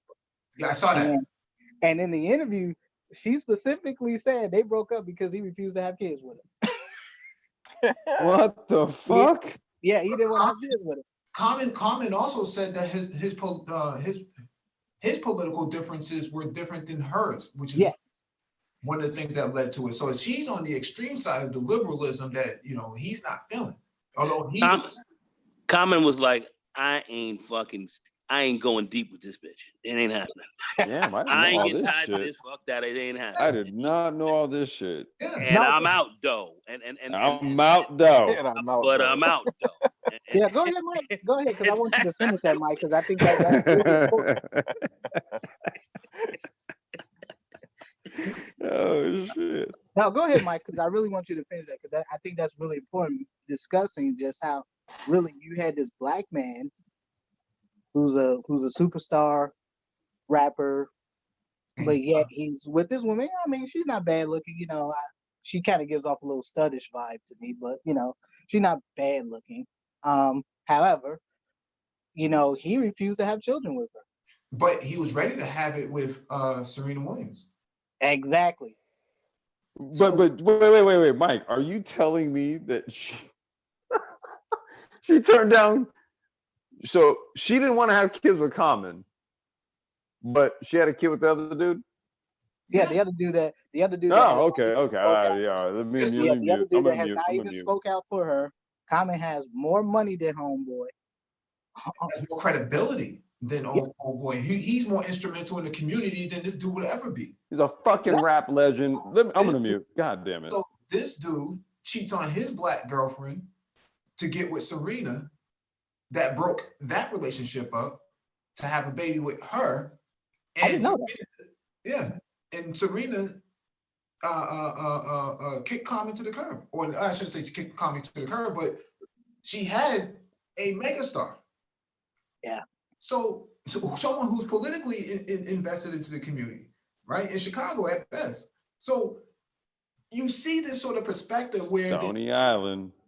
You see this sort of perspective where black male upward mobility is somehow looked at from the side eye, that he can't really be trusted, or he's not really credible enough, or he's Mike, come on, Mike. We low key saw that on that SYSBM hangout, bruh. What do you mean? You remember? We had a couple females on the live stream, dude. No, we're talking about Common in particular here. Common. No, I'm just saying we saw that just kind of in our own little. But go ahead. I heard that replay of that, and I ain't got no comment on it. Oh yeah, no, you don't have to, Dr. Phoenix. I was just illustrating it, dude. Like same shit. We experienced it here. No, Mike, I'm co-signing, dude. Yeah. So with Common, he's a very interesting figure in all this, because then he has, you have Angela Rye, who she herself was the head of the Congressional Black Caucus at one point, and she can't even find a brother that's willing to, put some seed in her. Maybe they put some seed in her, but they made from a different. God damn. Right? Oh shit. Right, but you see this sort of perspective where the upwardly mobile black male is somehow shamed for not wanting to partake in his lack of, in the advancing of the agency of them, and not at his behest. Yeah, or more at his expense. Yeah. But see, the deal is, smart brothers who are out here making moves, they see what's up. Yeah, they're not going for this okey doke, and that's what a lot of these cats don't want to deal with. They're not going for it. That's why you talking about political parties for black men and so forth. There's a readiness for a lot of this. Brothers are starting to see, man, this we ain't playing this game. That's why you see some of these guys, as crazy as it is, running over to the Trump side and all this kind of stuff, because they're running away from what they. Yeah, and you got, almost being owned by black women. You see that? Well, the black woman on my shield and everything else like this is what Hillary Clinton is pushing. That's what she was pushing and all this stuff. So I mean, a lot of brothers are seeing this shit. It's, they're not on YouTube having some of these ridiculous circular arguments. They're just like, you see my feet? Feet don't fail me now, and they just keep walking. They're moving off of this shit. You know, feet don't fail me now. That's Getting on that good that's foot. what's up. That's what's up. You know what I mean? Now go ahead, I mean, Mike. I this- want you to you know, finish that. yeah, we brother. got I think you're gotta on. keep it You're above. on to something, brother. No. So about this whole common thing, man, his political differences with Angela Rye. He said himself in one of the interviews, I forget which one it was, he said that, he doesn't agree with her political views. Yeah, I remember. I can't remember which interview because they did quite a few interviews after they broke up because this was like the one unexpected breakup people weren't expecting. Then it just came out the blue like, yeah, Common and Angela Rye broke up. Like, oh, okay, yeah, whatever. Yeah, what she tried to do with Common is what Nessa is doing with Kaepernick. And he wasn't gonna go for that. Yeah. Well, I guess apparently your boy Dwayne Wade fell for the okie doke. So. Oh man, yeah. Yeah. Now that's the definition of sucker late right there. Some sucker ass shit. Yeah. Wait. What happened with Kaepernick? Highly succulent. Very true, Dr. Phoenix. Yeah. So Rye tried to get Common to be the next Kaepernick for her. What Nessa got old boy to do, Kaepernick. I never followed their relationship. I just only knew that they were together and all that. But I knew she was behind some of those things that he some of those actions he had did and all that. But I never really followed their relationship like that. So I don't know how she's able to do that, but I noticed that a lot about biracial brothers is that they're very, very militant. We had somebody come into the chat the other day on our Black Tech Talk, man, and he was very vehemently against this black and brown thing. So I asked, who's Al Horford? Wait, word? Well, because they always, if you're typically mulattoes got a chip on their shoulder, males in particular, because you got to go one way or the other.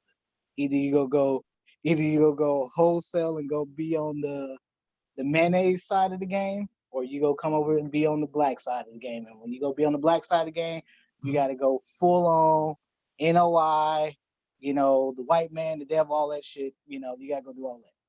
So. Well, I don't know what this brother was. I don't know, what he was supposed to be. But he had a big issue with this, because the article was pointing out to, Mike, what was the issue yet? The article talked about one of the brothers. I forget where he grew up at, but he talked about helping black and Latinos. He called it black and brown.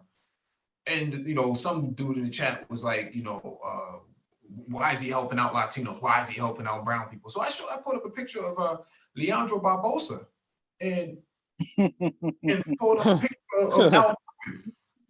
What do you call them? What do you call Pedro Martinez? Wait, what hangout was this on? This was last Saturday on the Black Tech Talk. You weren't here for that, okay. But it was just me and MOT on the panel. So I was at the track. Okay. Yeah. So he had a problem with that, and we couldn't really figure this out. So MOT called him a colorist, man. So I didn't really think about that. Bruh, he called him a color. Oh shit. Oh damn. That was right on time. Oh damn. That is very true, because in Boston, that's how we grow up. You live right next to a dude that looks just like Al Horford or Leandro Barbosa. Cape Verdeans and Dominicans and Puerto Ricans, they all look like that. You can't really tell the difference. Bro, I didn't grow up around Mexicans that look like that. So you look at, well, I don't know if Mexicans look exactly like Al Horford, but no, what I'm saying is real shit. Afro people think that like brothers don't be down in Mexico. Oh, people keep forgetting, man. Mexico had a black president 100 years ago. When you go, dude, the dude who founded LA he was a brother from Mexico. Pio Pico founded LA. The brother. Well, a black man was a key figure in Mexican independence. Right. So, thank you.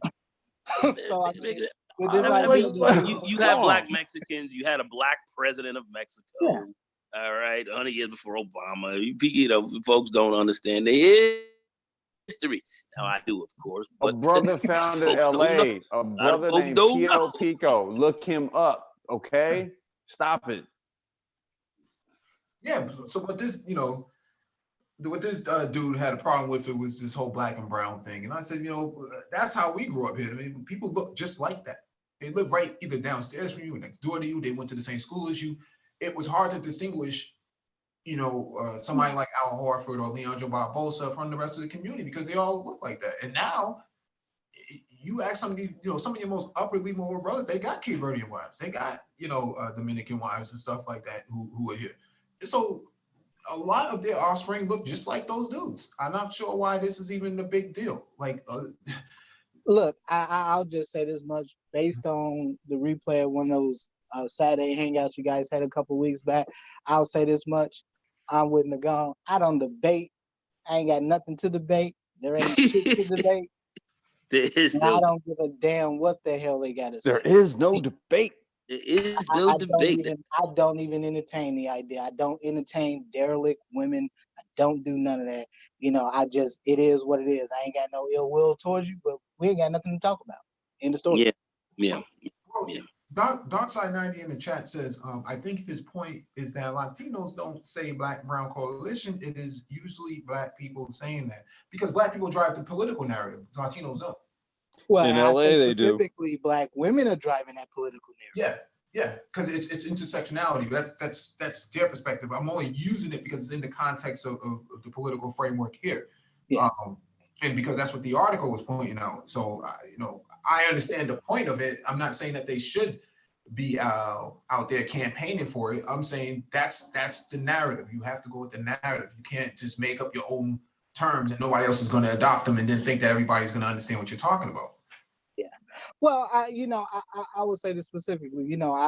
I do agree with what Dark Side 90 is saying, but I also think there needs to be some context to the fact that, black folks are pushing these narratives, but specifically is black women that are pushing this multicultural narrative, is black women that are pushing this alphabet narrative. Again, I go back to some of the medical school references. Do you know how many young brothers I've met that are alphabet crew that are sending medical school right now?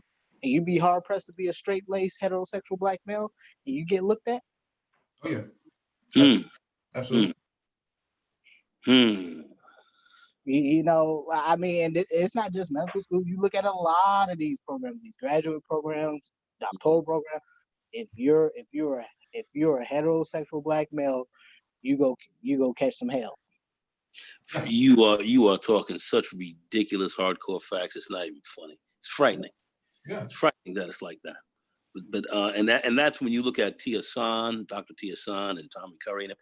This is a big part of what these guys are dropping out here on the black male agency piece, and how heterosexual black men are catching it in this society, man.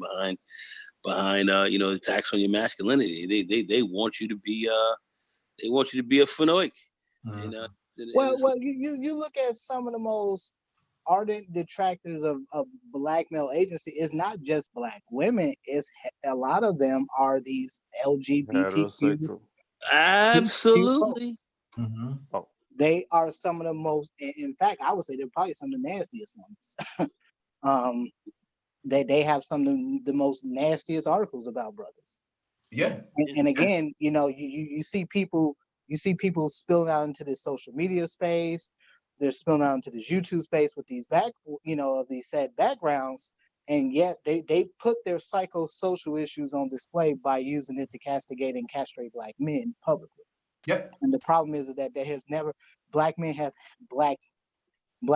not had a coordinated response to that. And that's my fundamental problem with we had some coordinated responses.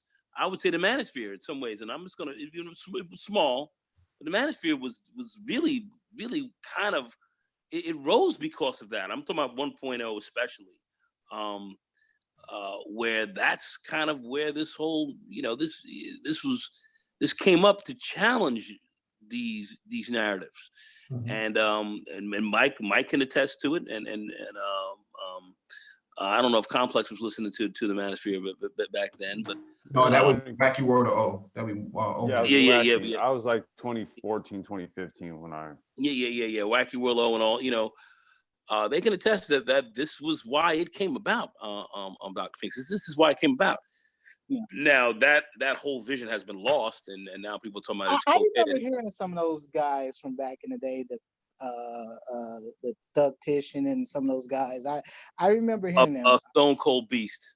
Yeah, I actually did like that brother. I think that killer. brother was British. I think he was British. If I remember. Yeah, he is. British. Yeah, but Jamaican, but he was in London, but a stone cold killer. I mean, he thoroughly understood this game and laid out so much of what the narrative was that black men had to lay out here in the manosphere, and I think he was of the best to really articulate it. Brother started to articulate very nicely in with the Manosphere 2.0, if you will. But then as soon as, the women started coming in, these guys started dropping their drawers and losing their cool. I think it largely had to do, honestly, it had to do with commercialization. And well, still commercialization, but the narrative, the narrative was lost. The narrative changed because the narrative was lost, and now the women have come in and have taken control of it, and they got the hyenas out front and all that other kind of stuff, and you got this immense fuckery going on right now. Well, that panel discussion you guys had a couple weeks ago on a Saturday was proof positive of that one. Well, yeah, and think the reason why Thug Titian was so prominent is because he came from the MRA sector. He came from the that he did. Yeah, so he came from a different perspective where he can really speak from an academic level, and a lot of brothers wasn't really schooled in that area. They were just more or less speaking from the street level, and so his perspective intersected a lot of things that was already being talked about with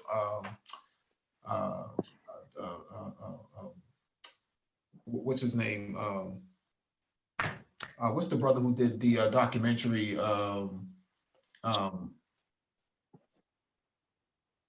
Diary of a Retired Jackson Morton? No, Diary of a Retired Black Man. Oh no, I know who you're talking about. I forget his name now. I know. I know who you're talking about. He supported Tommy. Can't remember his name right now, but his talking points, Jenks Morton's talking points, as well as a few other brothers' talking points. I forget their names right now.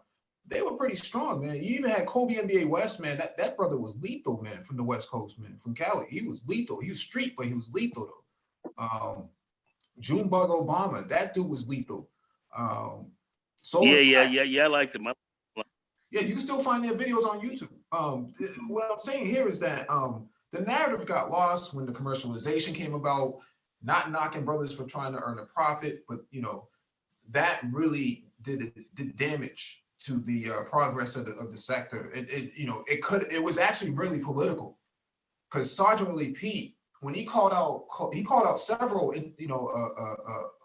B-list, C-list actors and entertainers and whatnot on some of the BS, and actually forced them to respond on YouTube, which is actually very interesting because they don't respond any other time.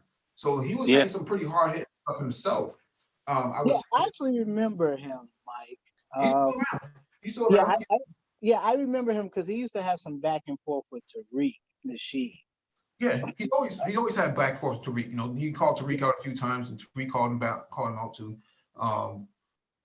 But he's I know he's subscribed to C Boogie and a couple other people. I think Edward Anderson and DGS. So I'm saying that there was a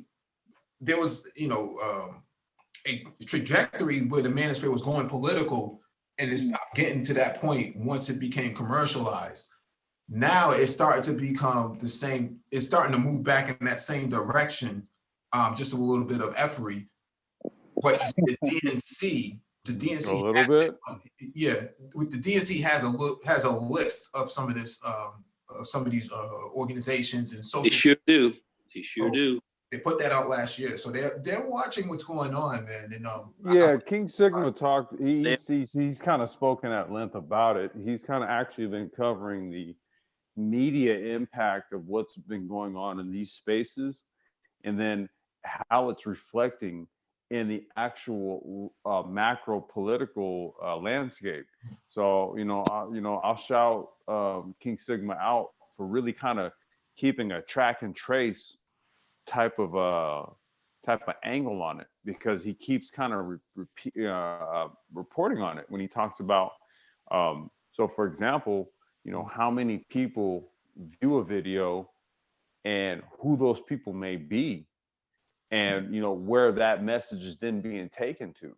We don't really consider these types of things when you look at the view counts and stuff, right? You just see the view counts, but you don't know who those viewers are. Yep.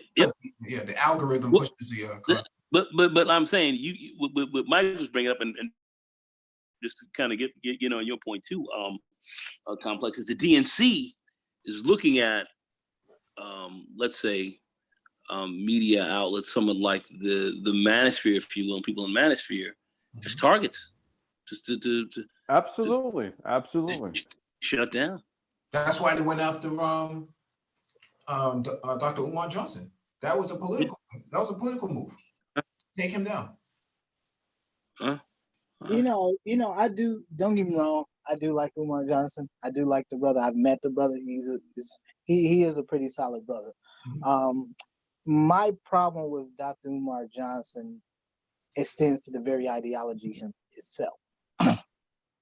Is that it is very hard for me to take you serious if you're going at Black men about their dating and mating choices, but yet you're not giving a wholesale pass. But you're giving a wholesale pass to these Black mothers that you're helping getting their sons off of ADHD meds. When the fact is they're putting their sons on the damn ADHD meds to get a goddamn check. Right. But when you bring that up and you begin to elucidate on those points and look at the absolute fuckery on that, this is something they do not want you to bring to light. Mm-hmm. You do that, the hyenas are going to come after you first, and then it's going to be them going to be sitting there and saying, "Oh, it's your fault that this is happening," and that's the game. They are not to be criticized or looked at in this way. I mean, Umar has been hit. Guys like Dr. Tommy Curry have left the United States, had to go over to Scotland to continue their move for Black men. Yeah, I saw the interview he did like a week ago. Had to leave the United States to go to Scotland.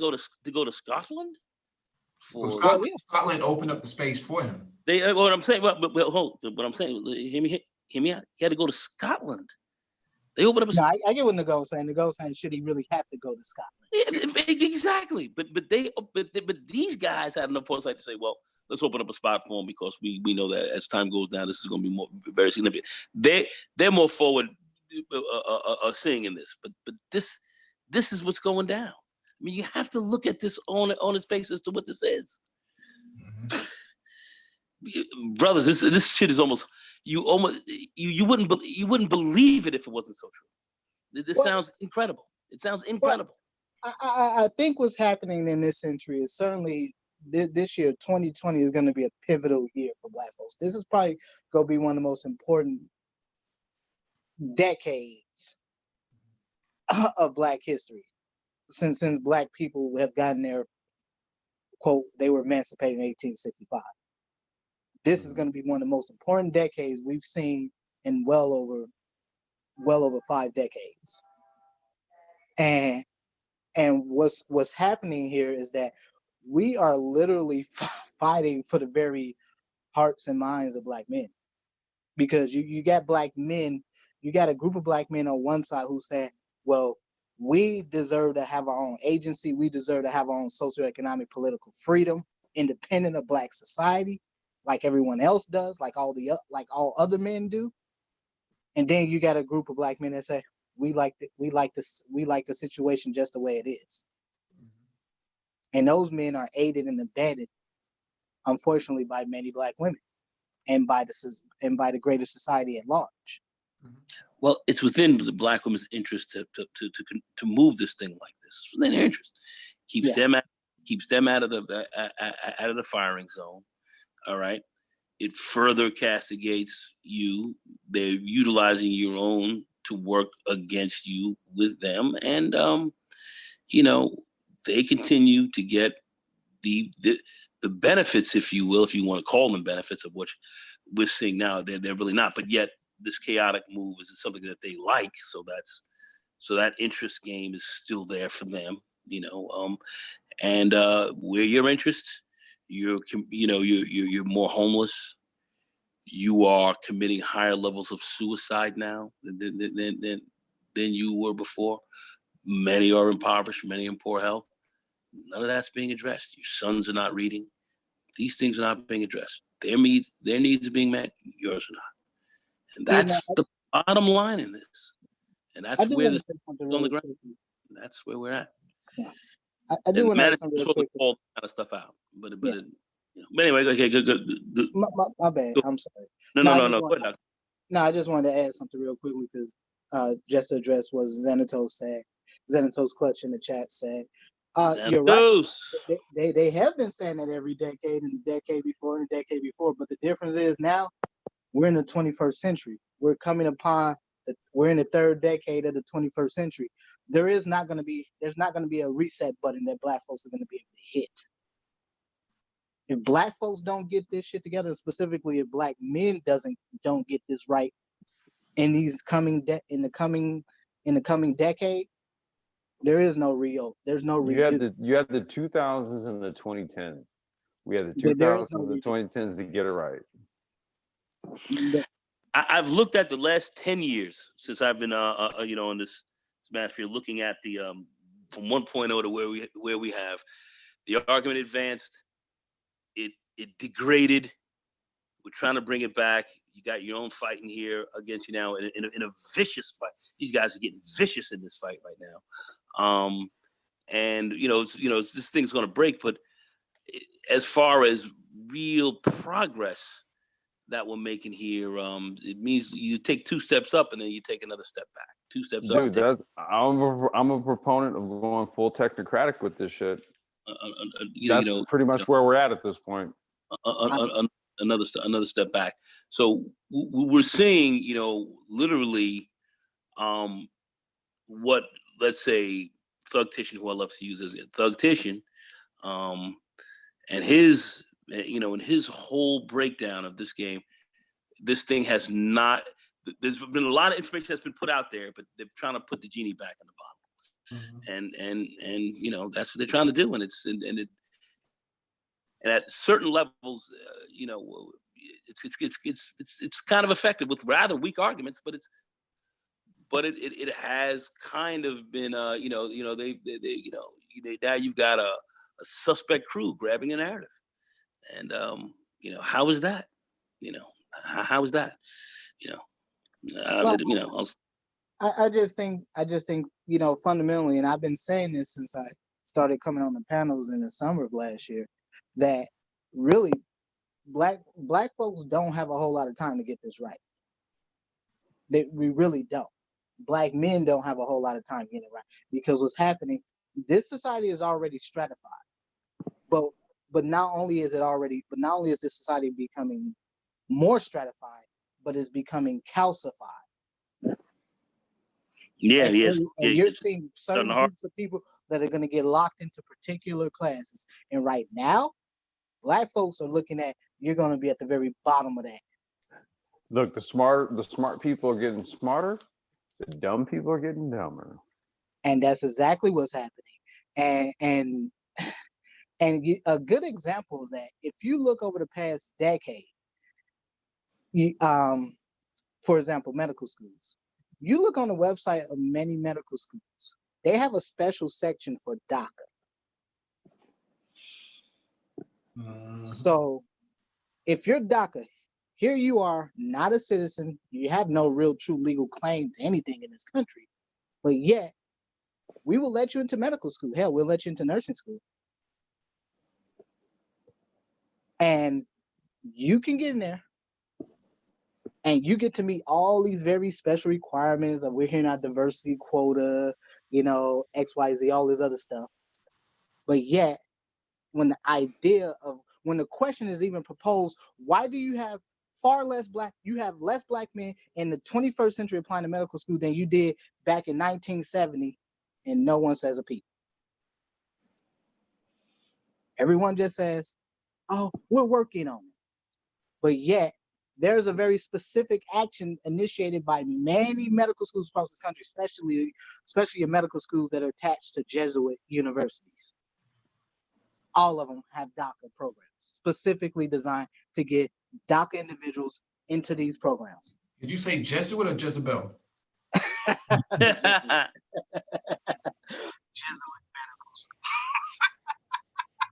Jesuit medicals. Who's on the panel? But I said it to say, you know, the problem is that our issues right now. Your microphone is breaking up, Dr. Phoenix. Okay, I'm sorry. Let's see.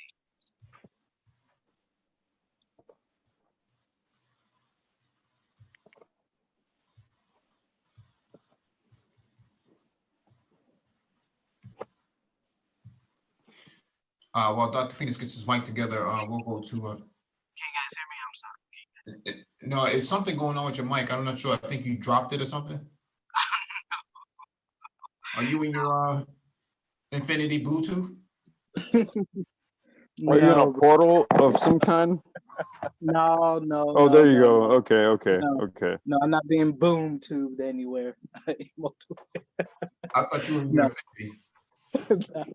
No. What I'm getting at simply is that, you know, right now the needs that we have are great. However, the priority of those needs is not even, you know, if you compare this sort of in these racial categories, you know, you think about, okay, you know, Black folks we always consider ourselves, oh, well, we're the majority minority in this country. However, we're not even tertiary or quaternary on the list now. Right. So everybody gets all their needs met, and by the time they get to Black folks, well, we got a couple of scraps left for you. Here you go. Hey, brothers. I got to drop off, man. I got to make a phone call. Pleasure building with y'all, man, as always. All right, later, man. Peace, brother. All right, let's go. Go finish your statement, and then we'll go to vision. We'll close out. Yeah. No, I was just gonna say, you know, that's just, you know, that's something to keep in mind. That again, the idea of brothers having agency, it you know, there's no debate about this. There really isn't. There's no debate. So I'll just leave it at that. Vision, go ahead. Hello, gentlemen. How you doing? Good, yourself? I'm still learning. Hello, Mr. Nagon. How are you? I'm still learning. That's a Neely Fuller term. I got it from him because, you know, when you go through life as a Black man, I have to say, and you just don't see what's happening, then you start to, you know, you become a B1 first, trying to figure that out. You know, the Hotep community, then they ain't doing nothing. And then you backtrack again and you come to this space, you know, with a Black Brain Trust and the other offshots like Xanatos Clutch, King Sigma, and all those guys. What I want to say is, you know, Dr. Joy DeGray said something interesting. She said like 20% of boys, Black boys, I might have the numbers off, will succeed if they are socialized to prepare to how to deal with the world around them. And so the one thing I want to say is our image is a big issue, right? I remember as a young man, for whatever reason, I wanted to be like Mike. I'm talking about Michael Jackson. I always say this, right? And then I got tired of him. I didn't want to be like Bruce Lee. And then you move on. You want to be like Michael Jordan. Michael Jordan really took off, right? And so like image, controlling our image, I think another group is controlling how we are viewed. Nothing wrong with like, you know, gangsters and all that stuff, but that can't be what you identify Black men with, because society will use that to reflect on you. And there's something we call subconscious racism is a term we came up with, right? So sometimes people are biased, you know, subconscious biasness will develop. So like people will be biased towards you, different groups, without really knowing that they're doing it. And that's just because of the programming that's going out here. But I enjoy the topics, you know, like, you know, now you got me thinking about Neely Fuller. He was right, you know, he said something about the infeminization of Black men, and he was saying that in the 70s. And now you got Dwayne Wade's son, you know, showing out. You have Will Smith's son showing out. Sorry. Hello? Yeah, we can hear you, bro. Finish up. Yeah, you got Dwayne Wade's son showing out, right? Snoop Dogg's son showing out. So like that's very strange, you know what I mean? Like and then when you study what's going on the manosphere, a lot of these boys are growing up in single homes. They kick the fathers out, and then they're growing up with feminine qualities, and it's not looking good out here. And the last name I want to mention is I can never say his name properly. Muwali Burudi, he was also talking about this. He's a doctor, right? He wrote the book, The Sex Imperative. I never read that book, but I'll get to it. And he was saying when he was in college, black men were standing in one corner, black women were standing in one corner, and they were just not communicating. He was saying like the black men, they were demasculated already. And that's like in the 70s or 80s that he noticed that. And so like this program is really coming to fruition and we need to watch out. So this space is important because those of us that are thinking, we're like, what's going on here? We'll congregate here and then we'll start listening. I think we need to get our leadership class back. So like Dr. Phoenix, you would be a good example how you are always talking about we need to get into the medical field. I also say we need to get into the psychology field. And then the Black Brain Trust is telling us we need to get into the fourth wave industrialization. I would not have thought of these things, right? So it may be too late for some of us, but it's not going to be too late for the young ones that are listening. And so I'll leave it at that. This space is going to save a lot of young black men. And I'm learning that word agency. I'm looking forward to it. I remember when you guys were having a debate with Jessica Light, and you guys were talking about male agency. I agree with the point of views that you were making on that show, Mike, when it was you, BGS Itmore, you're going 11, and you know, it was a power, MOT. That was a power. And then that guy, Paul Bryant, I heard him the first time. So we're listening, and thank you for what you have done so far. All right, it's a good place to end it. Thank you all for joining us. Please hit the like button if not already done so. Share the video if possible. And hit that notification bell so you get all the updates from the Black Brain Trust, including those posted on the community tab. Shalom.